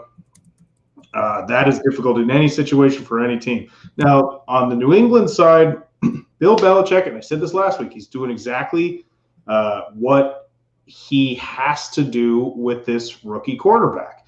He's just making it so that he's just game managing. Little, simple, compartmentalized plays. And Mac Jones is more than capable of that. They talked about in the draft. They talked about how he's the most pro-ready quarterback next to maybe Trevor Lawrence. But he doesn't have that ceiling that the Trey Lance and the Justin Fields and the Zach Wilson have. But what this guy has is the ability to read a defense and to play within his bubble. And he's doing a great job of it. He did a fantastic job against Miami. So this comes down to two monster head coaches, Bill Belichick, Sean Payton. I take Bill Belichick at home personally. I agree, but if you, I don't want to keep repeating myself, but I just can't bet against the Saints from what I saw last week. Because I'm not doing that. I'm betting against the Saints based on quarterback play right now and the slight nod and home field advantage in coaching. I still think the Saints are going to be very good. You don't blow out Green Bay week 1 the way they did and then all of a sudden be terrible. Awful week, lot of injuries. But also, look, it's crazy to say this, but I trust Mac Jones, given his game plan right now, more than I trust Jameis Winston, given his game plan right now. Because Mac Jones is not being asked to do much. He's not being asked to put this team on his back and win games for them. He's being asked to not screw up. And Bill Belichick has an awful lot of history. Tom Brady, early in his career, you can love Tom Brady all you want. You can talk about him being the greatest thing ever. But early in his career, he was a game manager. If you argue that, you're lying to yourself. And look, he could be doing the exact same thing with Mac Jones right here. Yeah, I'm not calling Mac Jones Tom Brady. Everyone needs to calm down before they even think about writing that. But that's my reasoning. I'm honestly not even looking at the Saints last game. Okay. Okay, this game is very difficult. Dennis Garcia nails it when the Saints have been on the road for so long. Tommy Gunn says Saints +3, locked it in early.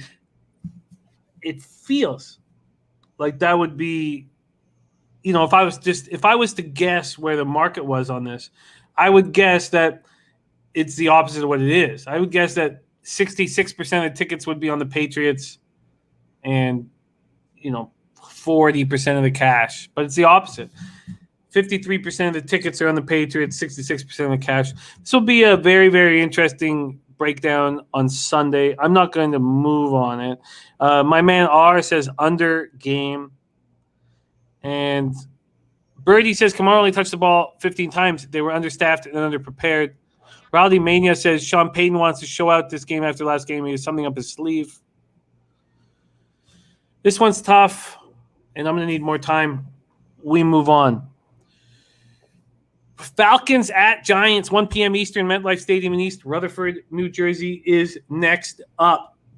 And obviously, my bet, if you just look at the box score on the Falcons, was a disaster. But I still like it. I still fucking like it. It's easy to say that when you're cashing. But I still fucking like it. And look, Atlanta's just hurt my family's future over the last few years. The Giants opened up as 3-point favorites, and that was heavily juiced. So when Pinnacle put this line out, they put it out -3, -120. It's now -3 at -104. So it's still a 3, but there's been a 16-cent move to the Atlanta Falcons. Its total opened up at 48.5. It's still at 48.5 at Pinnacle. It's 48 everywhere else. From a cash flow side of things, we have 4,526 tickets in, 69% of tickets, 72% of cash on the Falcons, and clearly a 2.5 is going to be on the board. It's imminent. Then we have 64% of tickets on the under, 53% of cash on the under. Falcons coming in off a 48-25 loss to Tampa for the 7th straight loss dating back to last season. With 10 minutes left in the game, they were down just 3 points before Matt Ryan fell apart. He did look good for 3 quarters. On the day, he went 35-46 for 300 yards, 2 touchdowns, and 3 interceptions. Kyle Pitts looked very good. Second career start, caught 5 passes for 73 yards. Calvin Ridley, 7 for 63 and a touchdown. They couldn't move the ball on the ground. 55 yards off 20 carries. I thought that Mike Davis was an upgrade when we were capping this in the offseason. And Babano, it was like, okay, sure. I mean, is he an upgrade off of Gurley? Okay. But he's not. He did not trust him as a running back, RB1. And Babano looks very right at this point. 9 carries for 38 yards. He's got to step up. A.J. Terrell, concussion left in the second half. He did not return. He's in concussion protocol. Giants come in with extra prep and rest. That's a tricky thing to cap. 30-29 loss at Washington on Thursday night. Daniel Jones, 22-32 for 249 yards, 1 touchdown. Ran 9 times for 95 yards. Sterling Shepard led the receivers with 9 catches for 94 yards. Darius Slayton added 3 catches for 54 yards and a touchdown. Saquon Barkley looked much better after his dismal week 1, but still 13 carries for 57 yards. Their defense couldn't get any pressure on Heineke. They got 1 sack. Bradbury had a big interception late. Graham Gano is at 35 consecutive field goals. That's impressive. Offensive lineman Nick Gates cut it off with a broken leg. So he's normally a center. He played guard on Thursday and broke his leg because Shane Lemieux's on the injured reserve. Linebacker Cam Brown and tight end Evan Ingram are listed as questionable. The last game I thought was very difficult in Patriots Saints, and this one is no different. Bebsie, Falcons Giants, take it away. Yeah, look, I can't in good conscience lay money with either of these teams. Both have had moments where they've looked okay. Both of them have been teams that if you've bet on for the last, for the Falcons for the last year or so, but for the Giants the last 5, if you've bet on them, you probably don't have any money left to bet this week. So this to me is no different. Like I can't lay money with the Falcons. I can't lay money with the Giants. I think top to bottom roster-wise, the Giants might be a little bit better. It was promising seeing Saquon bust off a couple of nice runs. It came down to the wire. They lost. The Falcons, it's nice to see Pitts looking good. I don't think that was a surprise to many people. The guy looks every bit the part of the real deal, but both of these teams have to get it together. And here's, this is the get right week. You're facing another 0-2 team that's been brutal, that's had tough losses. My gut says Giants, but I can't put money on Daniel Jones. I don't even want to call him Danny Dimes anymore. He doesn't deserve that name. He's not good, and he's not getting better. He hasn't improved one bit since his rookie season. He's fumbling a little bit less, but give it time. I just have no faith in that. I do. Look, Matt Ryan's had a great career. I don't think he's done, but I don't know. He doesn't seem into it right now. He doesn't seem like there's that sense of urgency. So I don't know how you confidently back either one of these teams right now. I think that's perfectly put. I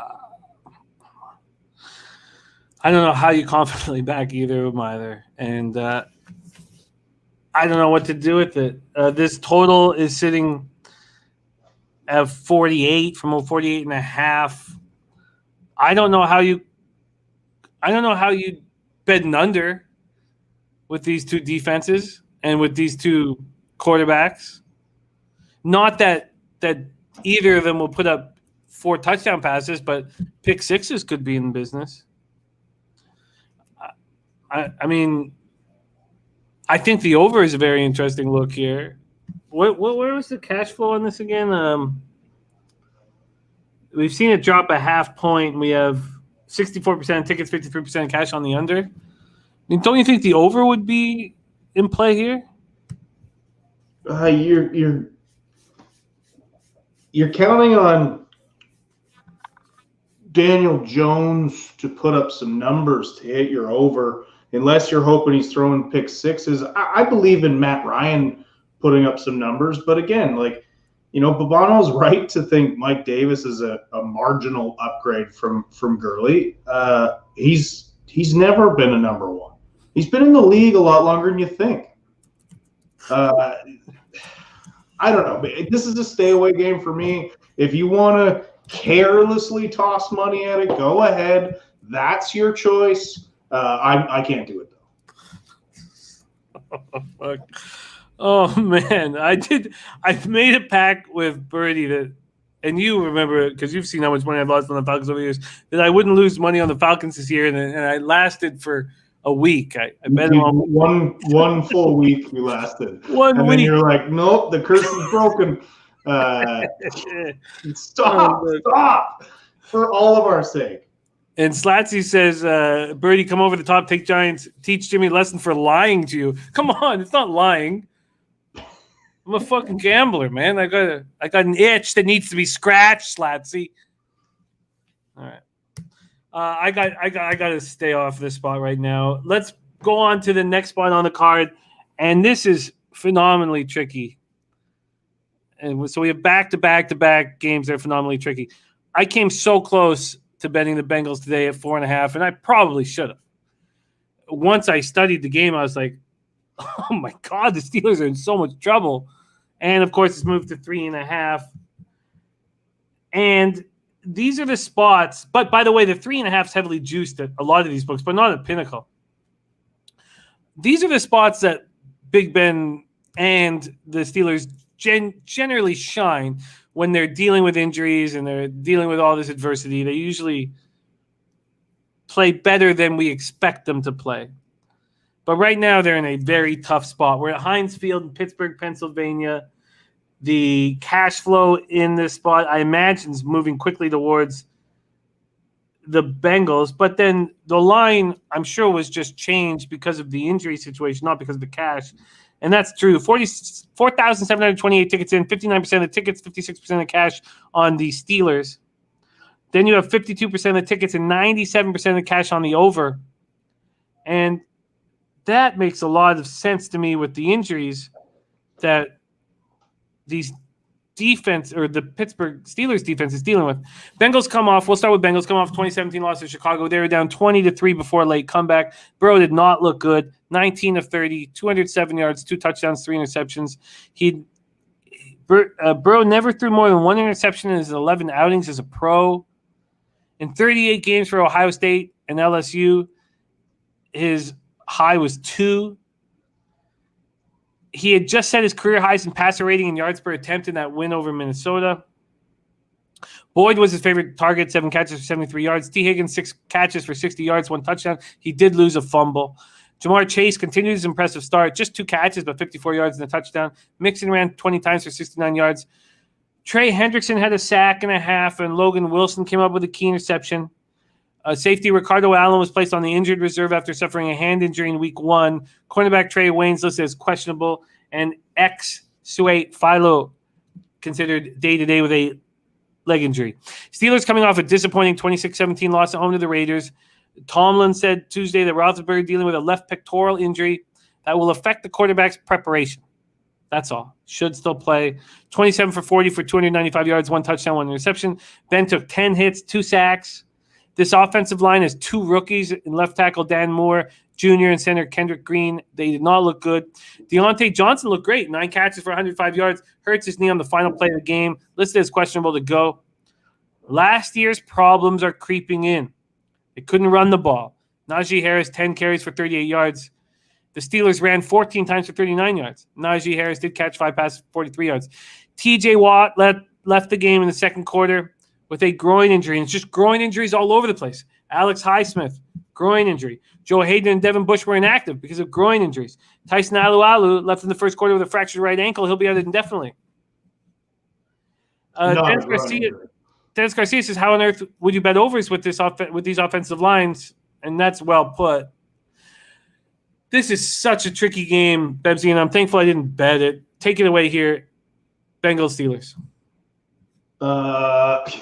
Sorry. I can't read the chat because for whatever reason I can't see the chat. And then I tried to have one up. Anyways, I can't see the chat, so I was trying to see what you just posted there from Connor Mack. But yeah, you're absolutely right. How do you bet? How do you bet the Bengals versus we don't know yet for the Steelers? It's such a tough spot. I can't wait to get to a different game where I have a more formed opinion. But yeah, it's another situation where, look, I don't think Burrow is going to play as poorly as he did in the second half last week. Look, he had the active streak in the NFL for passes thrown without an INT at 199, and then he threw 3 consecutive interceptions back to back to back, which is wild. That's absolutely crazy. I believe in Joe Burrow. I think he's a good player. For that reason, I mean, you gotta start seriously considering taking the Bengals in the points here because of the laundry list of injuries. If Watt can't go, if Roethlisberger is nursing an injury, if Deontay Johnson is like, who didn't you name on the Steelers right now? So it's a really tough spot. I know what you're saying about the Steelers, back to their wall, ton of injuries, being able to thrive in these spots. But this is a very, very difficult situation going against, Joe Burrow strikes me as the kind of guy who is just mad as hell over that. Not the way Aaron Rodgers is chucking into triple coverage in week 1 and just laughing it off on the sidelines. Like, this Burrow's pissed off right now. So I think my play would be Bengals in the points. And this, I know what Dennis Garcia is saying with regards to betting an over in this situation, but it does still feel so low. It just, I don't know. Again, you said it. It's tough. I don't know. I don't know where I land on this. Bet365 has moved it to 43.5. But he's right. One thing I said before the season started with the Raiders, I was like, I think there's going to be overs in Raiders games. And he said with the offensive line, he thinks there's going to be unders. And then the first game, Raiders flew over. In the second game, it was an under. And I don't. Well, so it's gone down to 43.5 at some books, and we have from a cash flow spot 97% of tickets on the over. Fuck, man. Okay, well, I'm gonna move on the Bengals plus 3.5 tonight. There's going to be a 3 here very, very soon. I think so I want it in my pocket. I might be with you there, Jimmy. Well, do you want to lock that in now? Yeah, let's do it. All right. The second look on Bebsie's board here with the Bengals. I should have got the 4.5, but whatever. It is what it is. Let's go to a plus 3.5 and see what we can get you here. Point spreads. Going to quickly line shop a plus 3.5 at plus 105 at Bet Online. Look at that plus line. That's gorgeous. Plus 3.5 at plus 105 at Bet Online. And I just gotta be. It's gotta be there's gotta be offense in this game. But you're right. Ben has no time. And you have to think that Burrow is not going to want to make mistakes next week. Play a little bit more conservative. So I'm going to bet the Bengals plus 3.5 tonight, and I want the over, but maybe I should wait over as well. Okay, let's roll on. Next up for us, Arizona Cardinals at Jacksonville Jaguars. Cardinals open up 2-0, 1-0 on the road. Jaguars open up 0-2, 0-1 at home. And we have these Jaguars opening up as 7-point dogs. Let's move to 7.5. The total here is at 52 right across the board. 52 across the board. From a cash standpoint, we have 9,293 tickets in. 90% of the tickets, 94% of the cash on Arizona. 64% of the tickets and 96% of the cash on the over. Interesting. So all that money is only moved to the half point, and all that money on the over has done nothing. Cardinals coming off a wild 34-33 win at home over the Vikings. Kyler Murray, 29-36, 400 yards, 3 touchdowns, 2 interceptions. He looked so dangerous at times and made some questionable mistakes in other times. Rondale Moore caught 7 passes for 114 yards and a touchdown. Max Williams, 7 catches for 94 yards. Chase Edmonds ran 8 times for 46 yards. And they were very fortunate when push came to shove. And this defense that was highly thought or talked about a lot in the offseason, I shouldn't say too highly thought of, but talked about a lot, really did not look good. And they were saved by the curse of Minnesota Vikings kickers. Cornerback Marco Wilson with an ankle injury. Right tackle Kelvin Beachum with a rib injury. Both left the game at this point. I'll pull up the injury report for them, but I don't believe Beachum's day-to-day. Wilson, questionable day-to-day. Devin Kennard, linebacker, questionable. But this is a pretty healthy squad. Jaguars come in off a 23-13 home loss to the Broncos, 17th straight loss. Trevor Lawrence, 14-33 for 118 yards, 1 touchdown, and 2 interceptions. With a scripted drive, he opens the game and looks great. 83-yard drive, 25-yard pass to Marvin Jones. And then he manages – the Jacksonville Jaguars manage 106 yards the rest of the game. It's the first time since the final game in 2018 that they finished with fewer than 200 yards of offense, just the 19th time in franchise history. Marvin Jones caught 6 passes for 55 yards in the touchdown. James Robinson got to be RB1, 11 carries for 47 yards. They lose tight end James O'Shaughnessy to an ankle injury, cornerback TJ Henderson to a hip injury, right guard AJ Can to a hamstring injury. Cardinals, Jaguars, Bebsie, take it away. Listen, I said I wasn't sold on the Cardinals, and I'm still not. They should have lost that game. Look, Kyler Murray is looking great, but he looked great at the start of last year when he's completely healthy. I feel like his game drops off heavily when he's taken some clips. Like he is still such a small guy. But right now is when you want to back him, when he's healthy, when he's feeling good.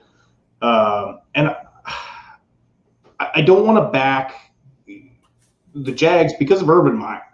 I mean, Urban Meyer, okay, he came out with a great opening drive, but he really doesn't seem to have a game plan.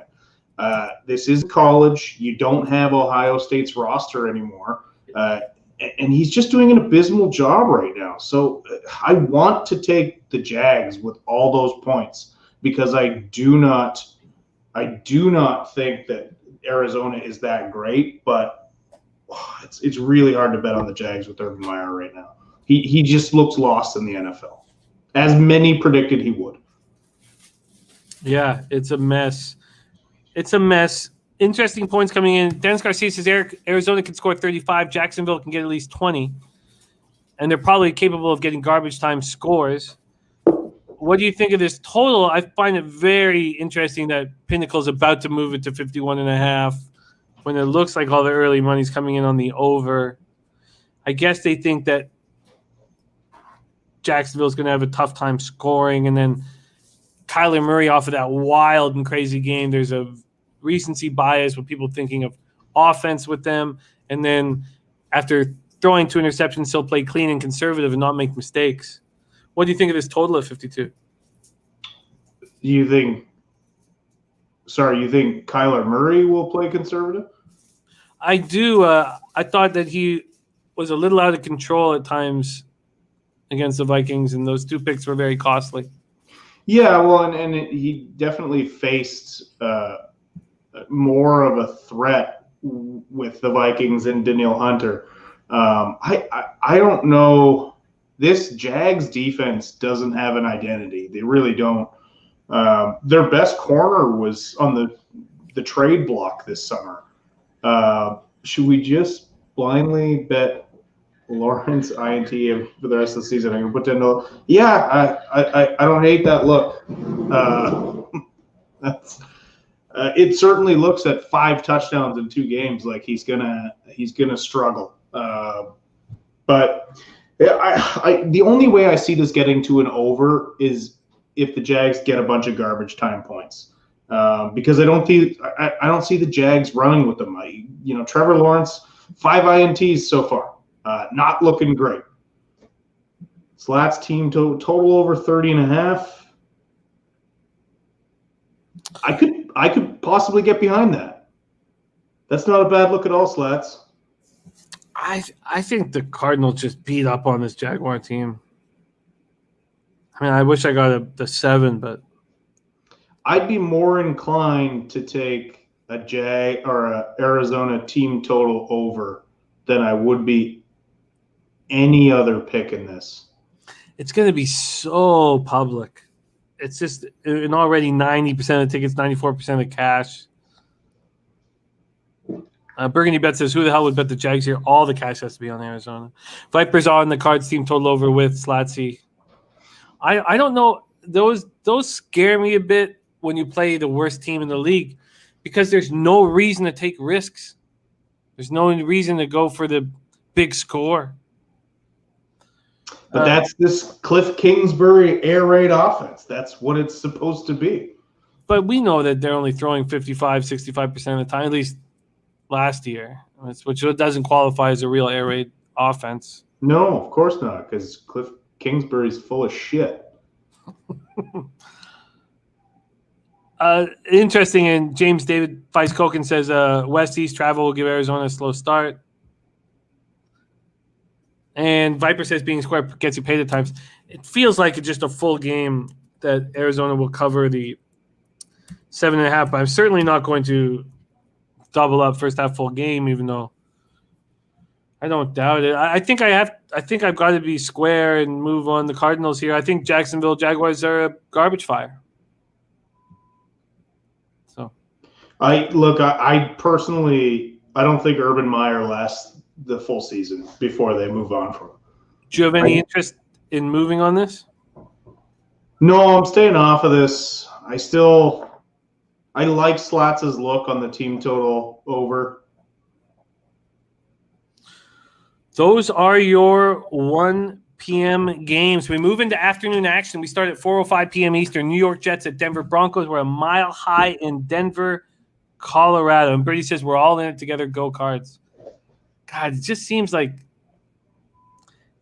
Jacksonville Jaguars are just going to get abused here, but I don't want to double up. But you know what? The easiest bet on the board last week by far was the Patriots, and I doubled up there. I knew it was public. I didn't care. I just simple double up. Let's talk Jets Broncos here. Jets Broncos 4:05 p.m. Broncos open up at minus 11.5. They're still 11.5 at Pinnacle, but that's at plus 110. It's 10.5 everywhere else. This has to be everybody's survivor spot. I expect it to be mine. When we move over to, did I say the total here? Sorry, the total in this spot opened at 41.5. Pinnacle still hanging at 41.5. Everywhere else hanging at 41. 6,090 tickets in. 53% of the tickets, 92% of the cash on Denver. Then 60% of the tickets on the under, but just 27% of cash on the under. Jets come in off an ugly 25-6 loss at home to the Patriots. Zach Wilson, first player since at least 1991 to throw interceptions on each of his first 2 pass attempts in a game. Also the first player since at least 91 to throw 3 interceptions in his first 5 pass attempts in a game. He finished 19 for 33 for 210 yards, no touchdowns, 4 interceptions. He was booed by the hometown faithful. Jamison Crowder was a surprise scratch with a hamstring injury. Braxton Berrios led the receivers with 7 catches for 73 yards. Elijah Moore, 4 catches for 47 yards. The Jets were able to move the ball on the ground. They ran 31 times for 152 yards. Michael Carter ran 11 times for 59 yards. Ty Johnson, 12 for 50. But their defense was unable to get after Mac Jones. 2 quarterback hits in the game.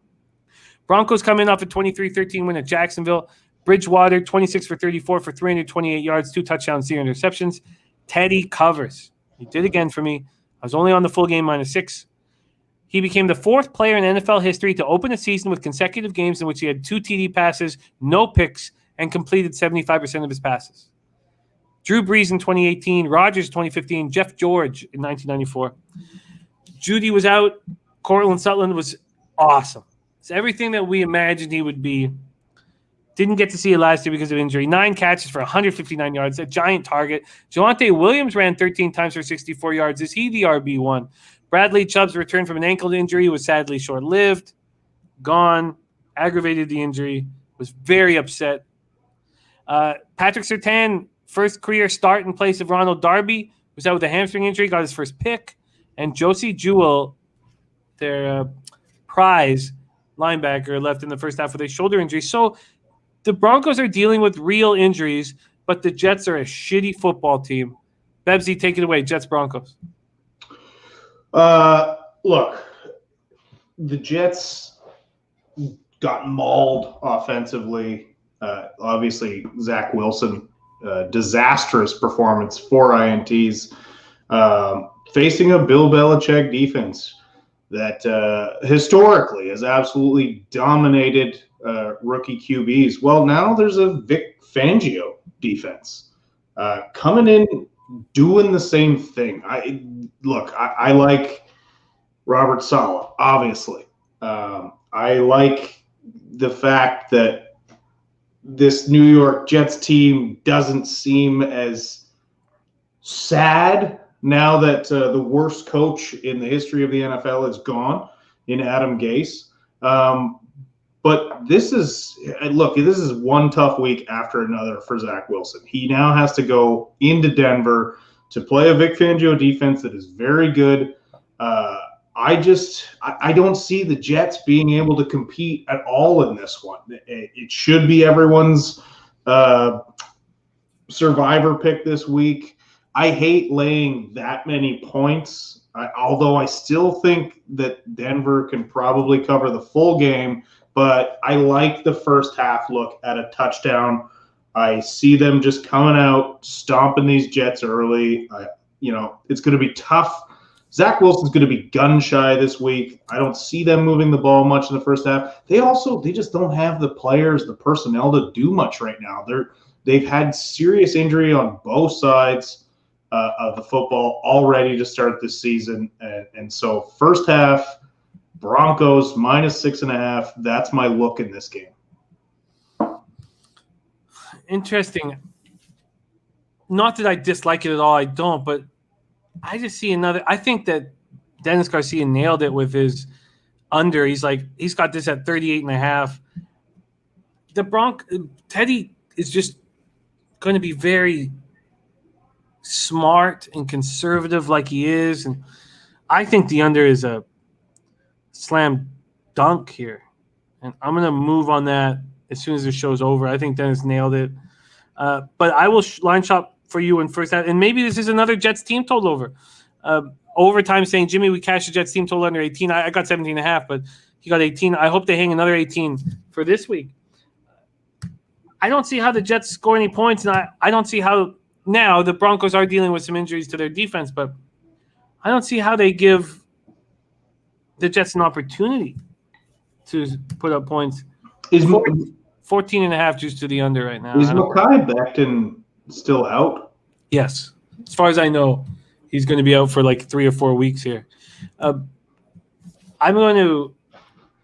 What do you have for a Jets team total right now? 14.5, a juice to the under at -130.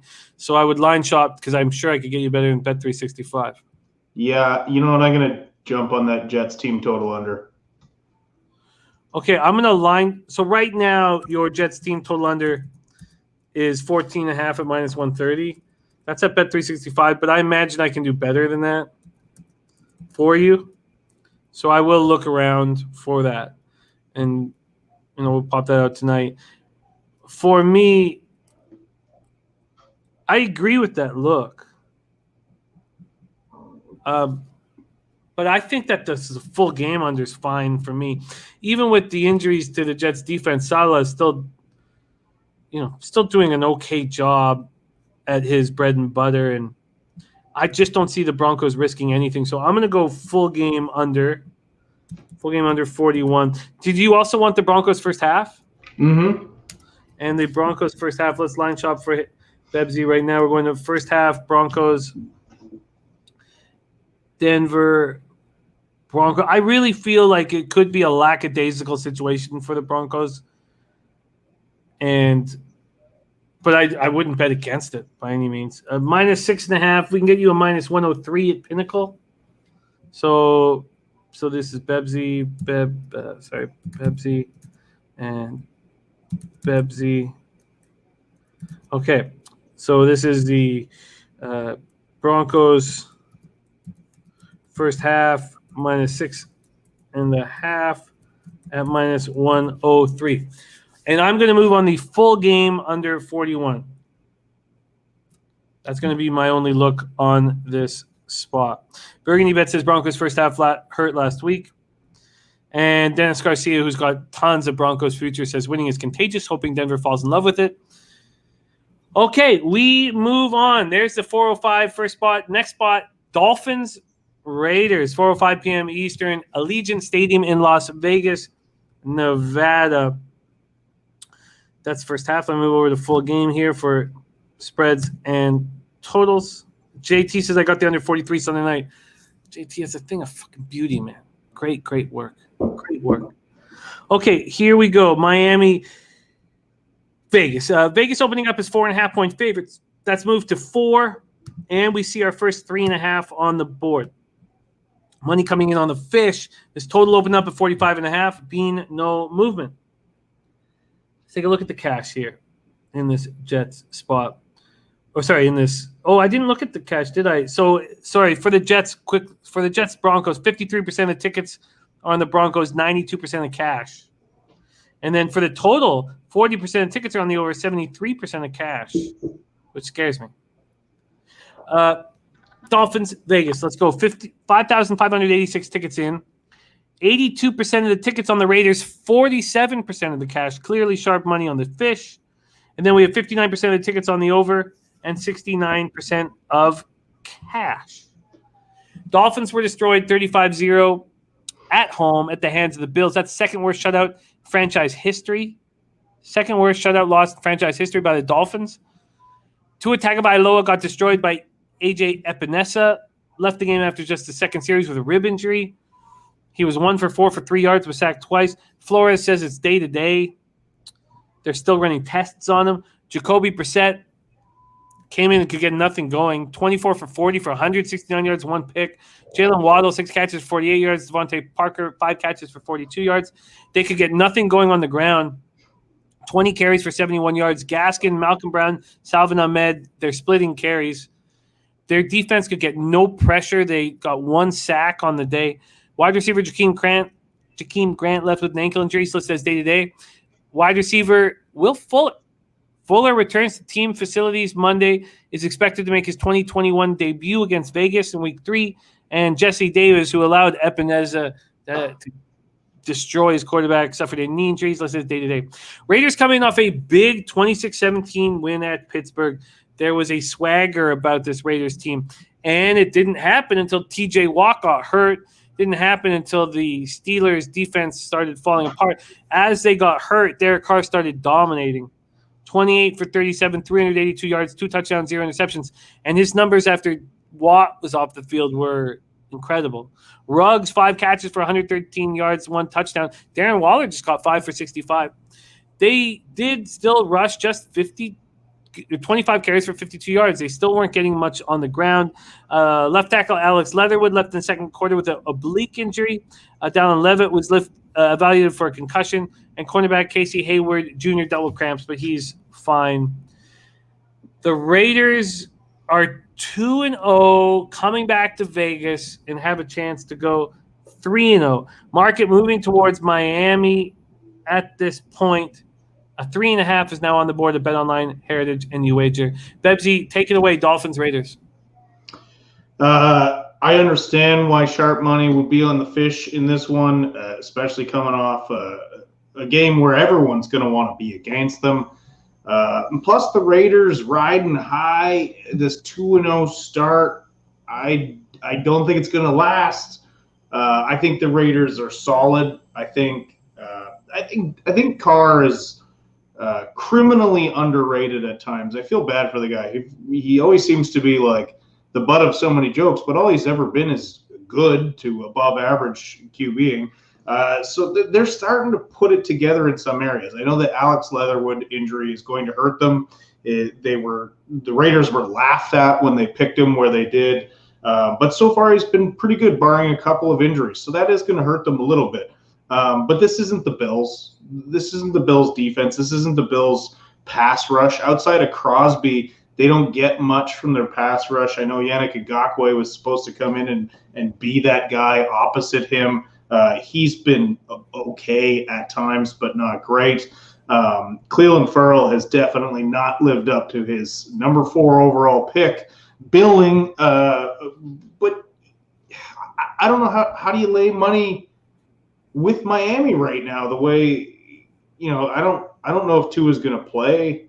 If he is going to play, I can speak to I can't speak to trying to play quarterback, but I can speak to trying to play football with even bruised ribs. It is extremely difficult. So I get why you would put money on the fish. I would say fish or nothing, but this is a tough decision to make there. I personally won't do it.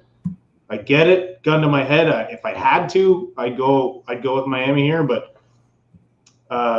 look, the Raiders have 2 big wins right now against 2 playoff teams from last year. Yeah, and everybody in the chat agreeing with you. My fear right now is just clearly sharp action on the fish, and I understand that what the Raiders have done looks a little better than I think the reality of the situation. With all that being said, I want to know what's going on with Tua. And in the past, I would be fading a team with a vulnerable quarterback, but I bet you Brissett can be better. I think Brissett can be better if he is the starter. Boogie Main says Raiders cover at home. Overtime says not overthinking this one. Raiders points. Stadium will be rocking. Tua not impressive. Don't think he will play. And if he plays, bruised ribs. Harold Williams says I smell letdown. Close game. And Slat says Wentz will now probably miss his ballet recital Sunday. Okay. No move for me in Dolphins Raiders. Bebsie, are you going to keep studying this spot? We move on? Yeah, I'm off this one. Nick B says no love for the Raiders D-line. No, they've been much better than we thought they were going to be. Their offensive line has been much better than we thought they were going to be. Yeah, I'm not trying to knock them. I'm just saying they're not as good as the Bills, which I don't think is outrageous to say. Burgundy Bet says cannot back Dolphins right now. This line goes Vegas. Hasn't so far. Okay, let's move on to 4:25 p.m. Eastern. This is the marquee matchup on the board. Tampa Bay Buccaneers 2-0. Their first road game of the year at the Los Angeles Rams 2-0, 1-0 at home. SoFi Stadium in Inglewood, California. We go first to the market. Rams open up as 2-point favorites. Bucs are now 1-point favorites. And you have to think the public's going to be all over the Bucs, and I want them to be. They've now won 10 straight dating back to last season, coming off a 48-25 win at home over the Falcons in a game that was much closer than the score indicates. The Bucs' first 2 games have not been very good, but look, they returned 22 starters from their Super Bowl team. They're a very good football team. They're on a run of 9 straight 30-plus point performances. Brady was 24 for 36 for 276 yards, 5 touchdowns, no picks. Mike Evans, 5 catches for 75 yards, 2 touchdowns. Godwin caught a touchdown, 4 passes for 62 yards. Gronkowski, 2 more touchdowns, caught 4 passes for 39 yards. Leonard Fournette ran for 11 times for 54 yards. Shout out to Noli Knows, who was on the Fournette over. Mike Edwards returned 2 of Tampa's 3 picks for TDs. They did only manage 1 sack. Rams coming off a 27-24 win in Indianapolis. Stafford 19 for 30 for 278 yards, 2 TDs, 1 pick. Cooper Kupp was a machine. 9 catches, 163 yards, 2 touchdowns. The second highest single game yardage of Kupp's career. Robert Woods adds 5 catches for 64 yards. Darrell Henderson Jr. ran 13 times for 53 yards, caught 3 passes for 29 yards. Then he leaves in the fourth quarter with a rib injury. It's a rib cartilage injury. McVay's hoping he can practice this week. He may not be there, and that hurts.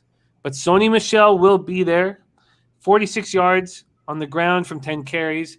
Their defense was a menace all night long. 11 hits on the quarterback. And then, of course, Wentz sprains both ankles. Donald, 7 tackles, 1 for a loss, 3 quarterback hits. Leonard Floyd, 3 quarterback hits. Linebacker Justin Lawler broke his hand in the game. He's already had surgery and says he's good to go. I want to bet the Rams. I will bet the Rams, but I must stay disciplined and let all the public money come in on the Buccaneers. I must wait until Sunday at 3 o'clock. I want the Rams here. Bebsie, what do you think, Bucs, Rams? Look, I like your play here. I think that's sharp, intelligent, patient betting.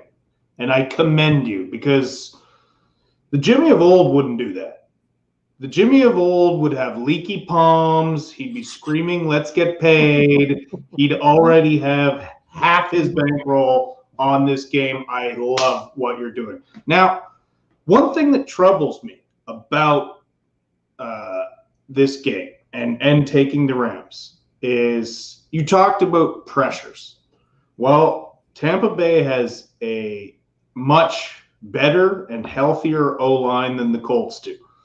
The other thing is, I don't know if you guys have noticed this or not, the NFL is not calling holding anymore.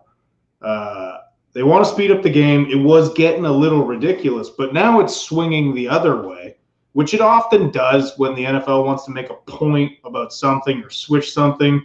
It's like all or nothing with them. They couldn't just throw less holding flags. They're deciding to throw none. And nobody in the NFL has been a bigger victim of being held than, of course, Aaron Donald, who's the best defensive player in the NFL. What does Tom Brady do? He gets that ball out quick. So I don't know how much of a factor they're going to be. Now, Tom Brady does hate pressure up the middle, which is where Aaron Donald comes from. So that's going to be a bit of a factor. But as long, like, if they're just getting away with blatant, and I mean blatant holds on Donald and some of the other star pass rushers in the NFL, then I don't see that being that big of a factor. What I like in this one, and the total is high as shit, and I don't care. It's like when the Rams played KC a few years back when they both had just dominant offenses, and I think that the total was 60-something, and I was all over that, and they put up like 100 points. I think this is going to be a massively high-scoring game. Yeah, interesting here. 45% of tickets on the under, 96% of cash. 71% of tickets on the spread on the Bucs, 54% of cash. I don't know what to do with this over because I can envision it. But all this money coming in on the under, and they're making the under more appealing to gamblers. It's gone from 54 to 55.5, which is confounding. Dennis Garcia said, I played the under 2. Burgundy Bet says, Bebsie with Gronk TD props. C-Mac says, stay off. Oh, I'm going to be on the Rams money line, and I'm going to wait. I'm going to wait. Overtime says here, the first spot overtime said, best bet on Tampa Bay. Can't overlook all the weapons they have. Stafford's okay. Take Cup away, and Rams are pedestrian. Gronk another TD this week. This is the game that the Bucs or that a Brady team loses. They'll be sharp as fuck come the second half of the year, but this is so appealing to me. I just have to wait. Do you want to move on this total now? It's gone from 54 to 55.5. You said 96% of the cash is on the under? Now, we're dealing with 6,519 tickets. So this game will have 60 to 100,000 tickets come our Sunday show. But 96%. 96% of the cash is on the under at this point. And when we talk on Tuesday nights, it's generally not very public, the cash that's involved. It's generally the smarter cappers that are trying to get in early. And we didn't make a big deal about market moves in our show last year. And I added that to my MLB capping this year, and I've had a much better season. A lot of people think I'm putting too much emphasis on the tickets, and they may be right. Well, Slatsy says, already bet Bucks +2 and team total over 27. Overs 4-0 in their last 4 meetings. Rams gave up 24 to Wentz and a backup. Big test for Stafford. Also, Dutch boy fresh in the house. What up? What up, Dutchy? I'm going to think about this one. You've scared me out of it for the time being. And I think it's good to be – it's really helped me. We'll see what it does in NBA, and hopefully I don't care about it in NHL. But, okay. And Dennis Garcia says, it has worked for you, so keep doing it. I agree. I agree. I've got to keep doing it. It's just working. And I knew it was going to work in NFL more than any other sport because the public gets their asses kicked in NFL. The public loses in NFL more than any other sport.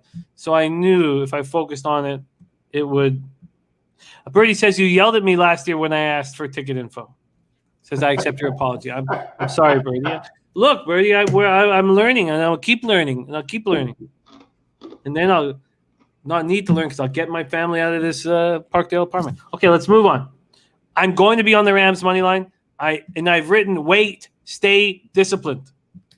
Next up is 4:25 p.m. Eastern, Seattle Seahawks at Minnesota Vikings. We're at US Bank Stadium in Minneapolis, Minnesota, and 3 games left on this card.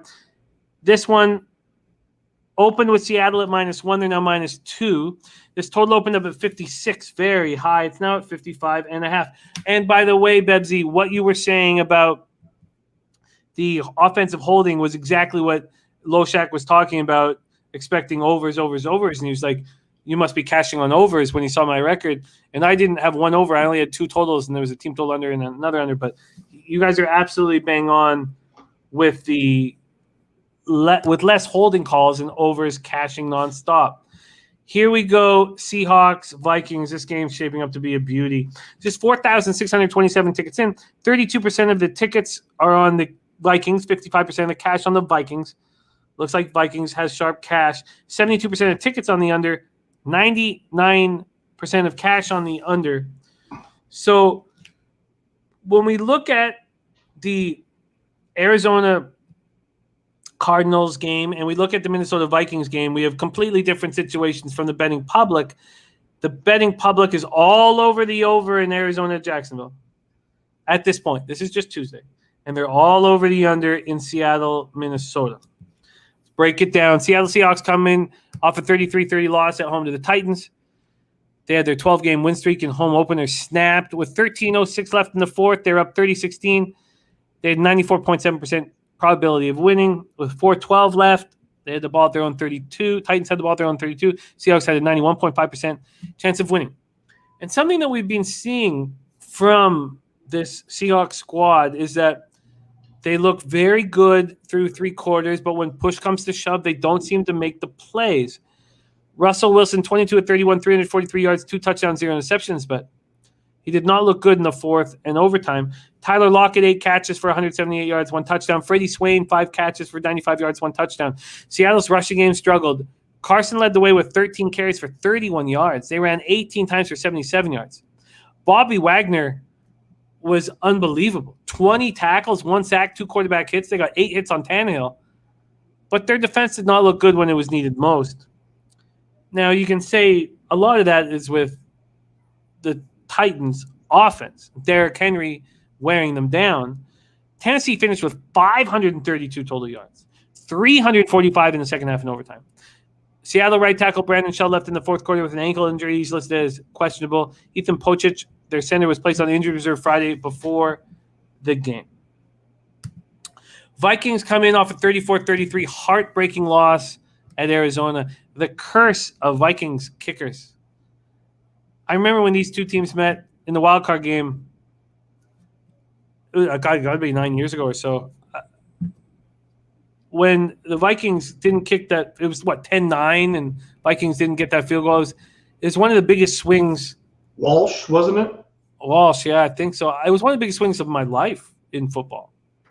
Because, of course, I was on the dumb money there in the Seahawks game, and I didn't deserve to get paid in full and to lose my shit. Joseph missed a 37-yard field goal wide right. Cousins was good, 22-32, 244 yards, 3 touchdowns, 0 interceptions. Shout out to our guy Billy Briz, who was all over KJ Osborne in our Sunday morning show. Best bet, he was all over it. He caught 5 passes for 91 yards, 1 touchdown. Jefferson and Thielen also caught touchdowns, but this 5th-round pick is changing defenses. They're not able to just focus on Jefferson and Thielen, and when they do, KJ Osborne makes moves. Dalvin Cook ran 22 times for 131 yards. Now, Minnesota, Anthony Barr with a knee injury, Everson Griffin with a concussion. With those two guys out of the lineup, this defense looks weak. In saying that, we have clearly got sharp money on the Vikings. Bebsie, Seahawks, Vikings, take it away. I noticed you popped up Dennis Garcia's comment that you trust Wilson more than Cousins late in the game. And as much as it pains me to say that, I completely agree. Even though Cousins isn't that bad, I don't think there's, I just mentioned Derek Carr, but I don't think there's a quarterback who gets shit on more undeservingly than Kirk Cousins. Kirk Cousins is just good. Like, he's not sensational, but he always winds up putting up good numbers. He's never been on an elite team by any stretch of the imagination. He has very good receivers now in Thielen and Jefferson, but it gets unfairly shit on. I get it. He's a dork. He ran out screaming, "You like that," and thought it was cool, but he just kind of looked like a numpty, which he is. He is a dork, and I don't like him, but he's a solid quarterback. Now, just getting that out of the way, I look at the way both of these teams lost their last games, and Seattle losing in overtime and to a field goal. The Vikings losing probably a tougher loss to a missed chip shot. But I think Seattle is more equipped to bounce back from that, especially with the injuries to Everson Griffin and Anthony Barr. Seattle is still a good football team. And Minnesota, almost beat the Arizona Cardinals, which I don't think the Cards are as good as the Seahawks. Bobby Wagner, I honestly thought he'd start kind of falling off. He looks incredible. He is so fun to watch. I hate the Seahawks, but man, do I love watching Bobby Wagner play. So for me, this is a double-up spot. I have no faith in the Minnesota Vikings right now. I like the Seahawks being able to bounce back here. First half, they're at -0.5. Full game, -2. This is a double-up spot for me on the Seahawks. And if you know how much I hate the Seahawks, you know how painful it is for me to do this. But this isn't about loyalty. This is about betting. Wow, that's wild. So we know how many first halves end in ties. You can get the first half -0.5 at -102, but it would be prudent for us to check the money line for you. The money line is too expensive, -121. I mean, I think it might be too expensive, but that can be your call. Do you want -0.5 at -102 or something like that, or Seattle first half at -121 on the money line at Pinnacle? No, give me the -0.5. Okay, let's lock that in for Bebsie. Bebsie, this is a very confident look from you. double up spot. I believe it's your first double up of the year. Seahawks first half minus a half at minus 102 available at Pinnacle. And then the Dirty Seabirds full game. Let's get this up here right now. Full game. And we have a -2 and we have a -1.5. Well, it's up to you. Do you want -1.5 at -115 at UWager, or a -2 at -104 at Pinnacle? Considering how many tight games the Seahawks are in, I will take that half point. -1.5, -115. That half point's costing you 11 cents, but it could go right down to the wire. Seahawks first half minus a half minus 102. Seahawks full game -1.5 -115. And I find this game very difficult. No move for me at this point. Bebsie, we got to move on, and we've been, it's my fault. I could just sit here for hours upon hours, but this total is so high at 55.5. It's still at 56 at Pinnacle, and we have 72% tickets, 99% of the cash on the under. Do you agree with that?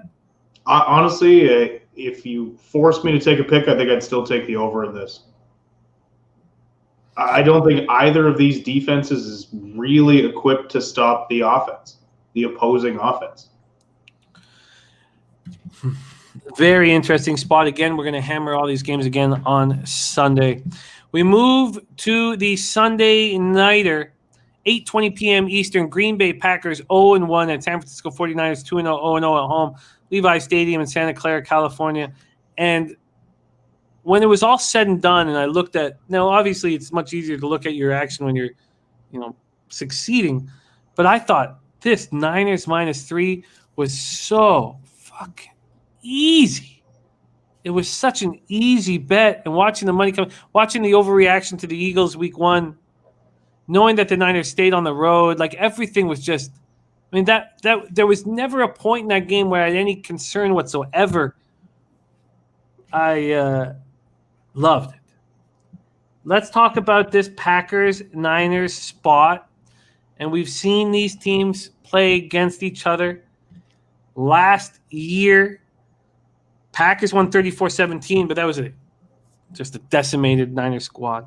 2 years ago, Packers lost 37-8 to the Niners in the regular season, then 37-20 in the NFC Championship game. Let's start with this here. This total opened up at 48. It's shooting up to 49.5. And from a spread side of things, Niners opened up -3.5, -109. They're now -3.5, -103. 6-cent move towards the Green Bay Packers and their hippie quarterback. 5,359 tickets in, 67% of the tickets on the Packers, and 83% of the cash on the Packers. 37% of the tickets on the under, 98% of the cash on the under.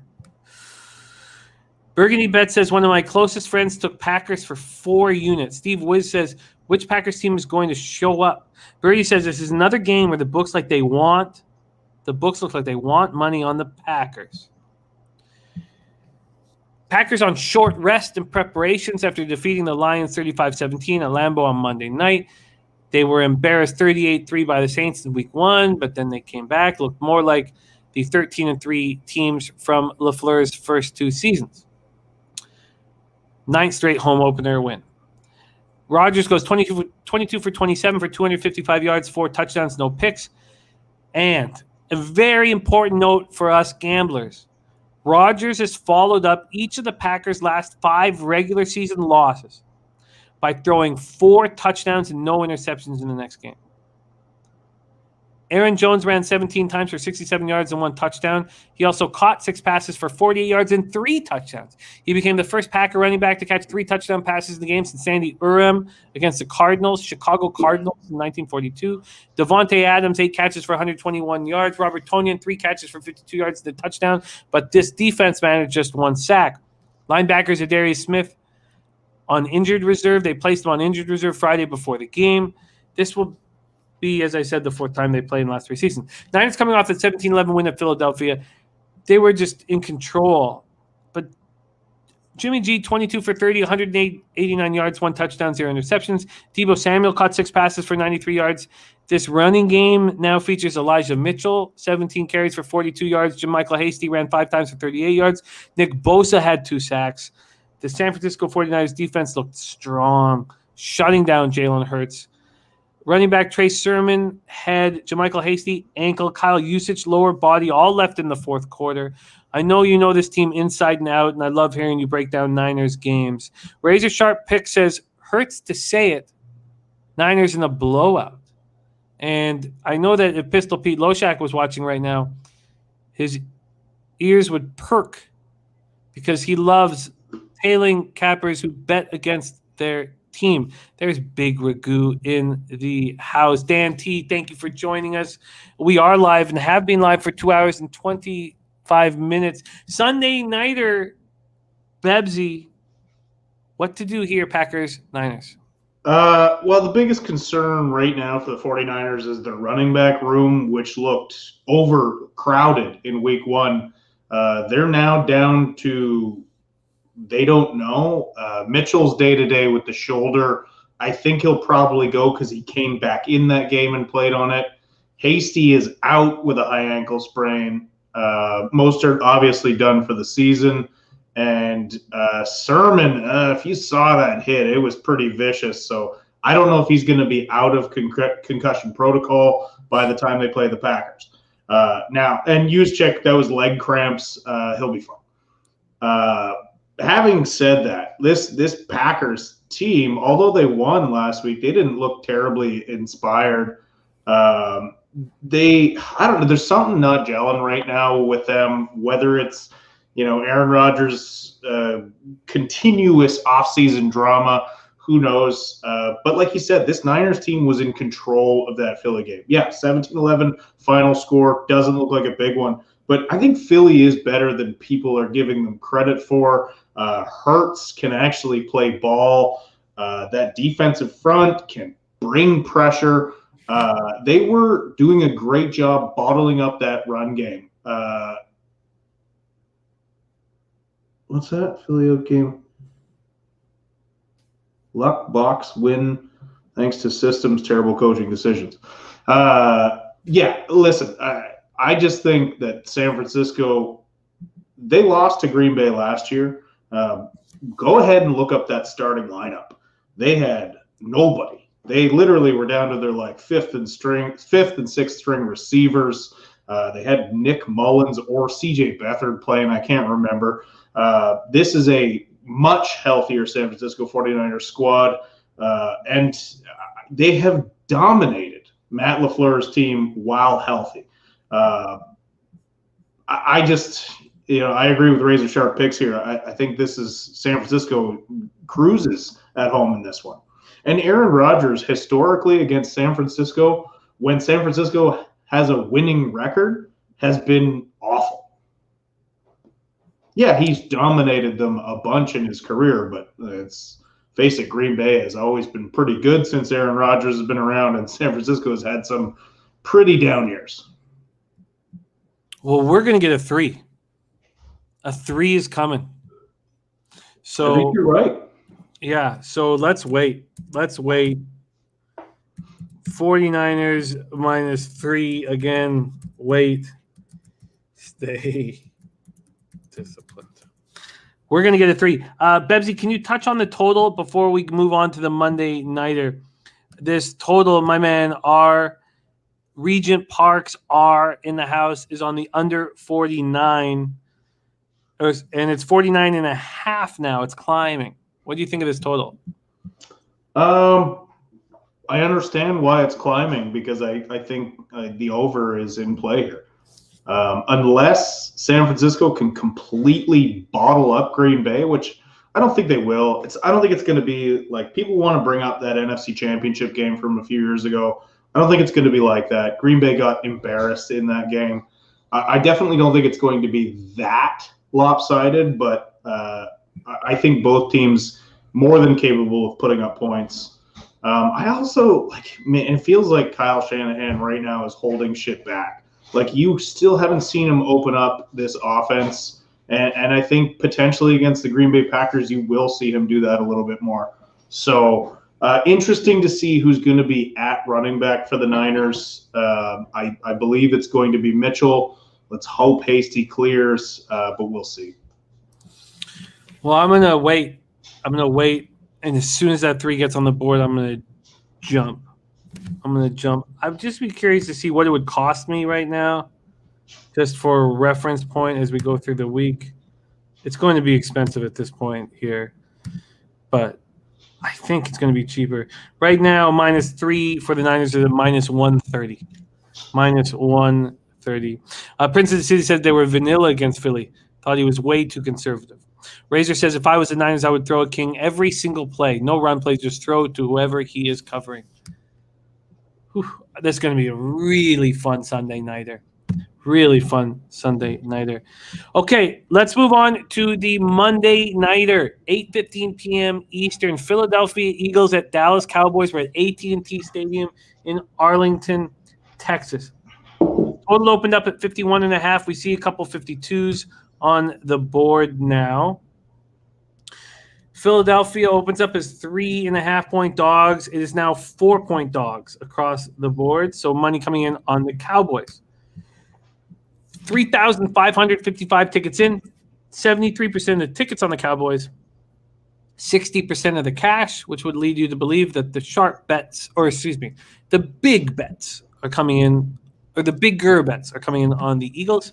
Then from a total standpoint, 32% of the tickets on the under and 75% of the cash on the under. Again, we're dealing with a small sample size of 3,555 tickets, 75% of the cash on the under.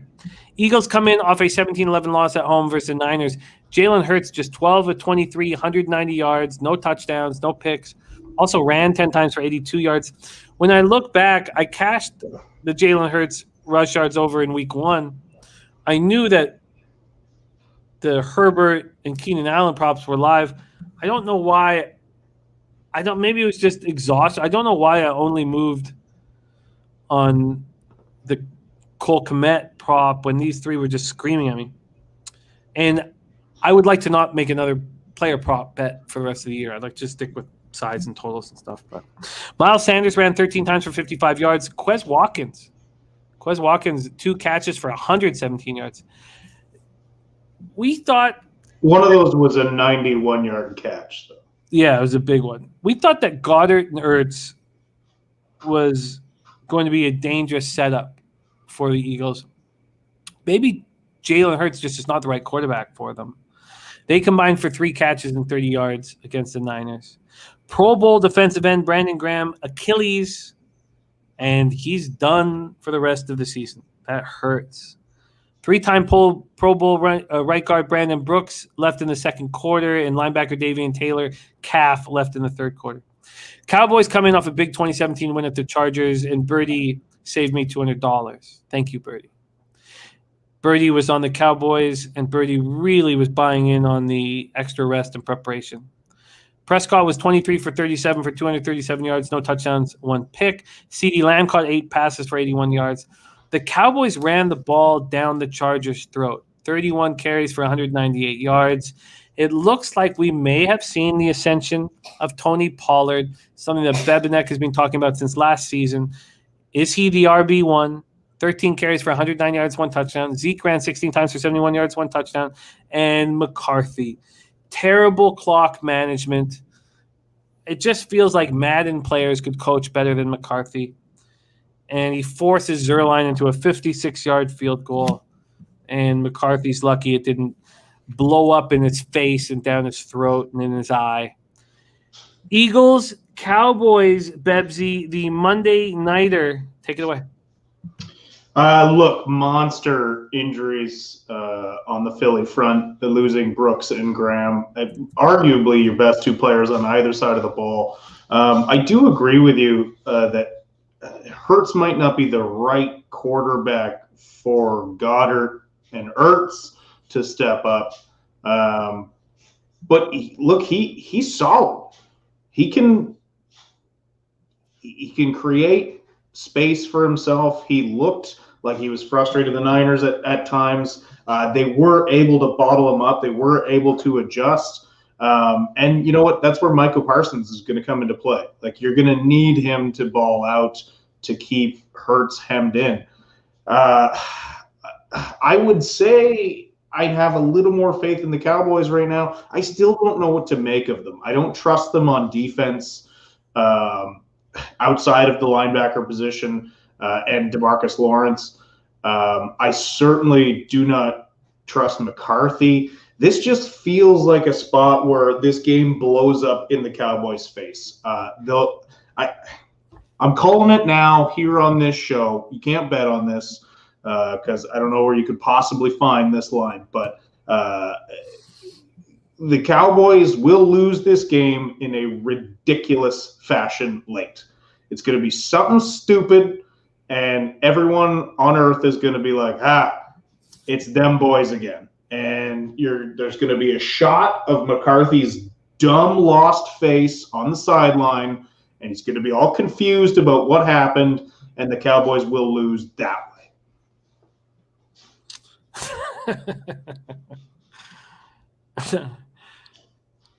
You heard it here first. Okay. What is this total here is sitting at – sorry, let me move over to the totals. This total is sitting now at 51.5, and it's moving up. There's 52s on the board now. Do you trust this Eagles offense to be able to fight fire with fire? Because the Cowboys are going to go for broke.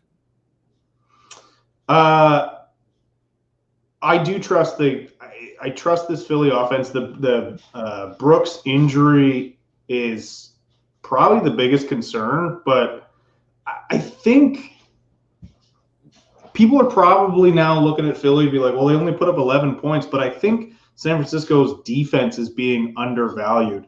They did an excellent job bottling them up, especially after giving up that 91-yard pass on like end zone to almost end zone, and then having a goal line stand, including the attempted Philly special on fourth down that they shut down. I still think this Philadelphia Eagles offense can move the ball, especially against Dallas Cowboys defense, a secondary that leaves a lot to be desired. I think they can put up points. I think they can run with them. And, Monday Night Football, not calling any holds. I like this to be a high-scoring affair. Total sitting at 51.5 right now. Again, this game's going to be played in 6 days from now. 52s are on the board. One last look at the cash here. We have 68% of tickets on the over, but just 25% of cash on that over. At this point, and you'll have to check us on Sunday or follow both of us on Twitter, there's no move from me on the Monday Nighter Eagles Cowboys, but 3.5 now becoming 4. 4 seems like a pretty nice number here for these Eagles. Sitting at 4. I think it'll become more appealing as this week goes on. I wonder if we see a hook in the next few days. Bebsie, Monday Nighter, at this point, you staying off of it? There's no action for me. I have hopes that the books will continue to sleep on Tony Pollard because I check his props every single week. And this will be no different. Birdie says, look at last week. Cowboys slowed it way down. They're finally realizing they need to protect that defense. With Martin healthy, they slow it down like the under. Dennis Garcia says, under the only way I can play. Interesting. I'll have to take more of a look into that under. Now sitting at 52. Prince of the City on the other side, Cowboys and over. That concludes week 3. Let's review action. Again, running hot early in the season. We'll see if this can keep rolling. But 21-8 plus 11.95 units over 2 weeks. On the Thursday nighter, Texas team total under 16.5, and Panthers first half seems to me like the moves to make. And I think I will bet them after this show. Bebsie staying off Thursday nighters as per his routine. Then Washington, Buffalo. I'm going to stay. There's about 3 or 4 different bets here on the board where I'm going to have to wait. I'm going to wait I want plus 10 for Washington. I will wait. Maybe I get it, maybe I don't. I'm going to wait. I'm going to move on the Bears plus 7. Do that tonight. I want the Lions, but I'm going to wait. Bebsie moved on the over 49.5 at Heritage, and that makes a ton of sense to me. I'm going to study that a little more. That's Bebsie's first official pick. Colts Titans, no move for us, although I love that breakdown, and I'm very interested in doing it again on Sunday. Again, I'm going to wait on the Chargers and the under. I expect to wait on both those spots. Saints, Patriots, nothing for us. Falcons, Giants, nothing at this time. Bengals plus 3.5. Bebsie got plus 105 at BetOnline. I'm going to move on the plus 3.5, and I also like that over 43.5 that's sitting at Bet365. I understand what Dennis is saying about the no offensive lines, and we shall see. But I'm going to move on those tonight. I just have to back the Cardinals here. Maybe it's just so clown public, but it just feels like we should put our foot on the throat of the Jacksonville Jaguars. Bebsie's on the Jets team, total under 14.5. I'm going to shop around for him. That was just at Bet365. He's also on the Broncos first half minus 6.5. I'm moving on the under 41 in Jets Broncos. I'll move on that tonight. Dolphins Raiders, no look for us at this point. I want the Rams money line. I'm going to wait for the Rams money line. Then Bebsie's first double up of the season, week 3. Seahawks first half minus 0.5 minus 102. Seahawks full game minus 1.5 minus 115. Then I want the 3 for the Niners. I will wait. I want that 3. When it comes, I will bet it. And then I'm going to take a bigger look on the under in Eagles Cowboys. That concludes your card, Bebsie. Is there anything you want to add? Let's. I need to right the ship here. I need a big week, so let's fucking sort that shit. I gotta be more like Jimmy the Bag is what I gotta do. Wow, that's the first time you've ever said that. Might be the last, baby. Bebsie, great work. We're coming closer to the bye weeks, and shit, do we fucking need them? But you're selfless in your handicapping, and you only care about the greater good, which is all of us making money, and we love you very, very much, Bebsie.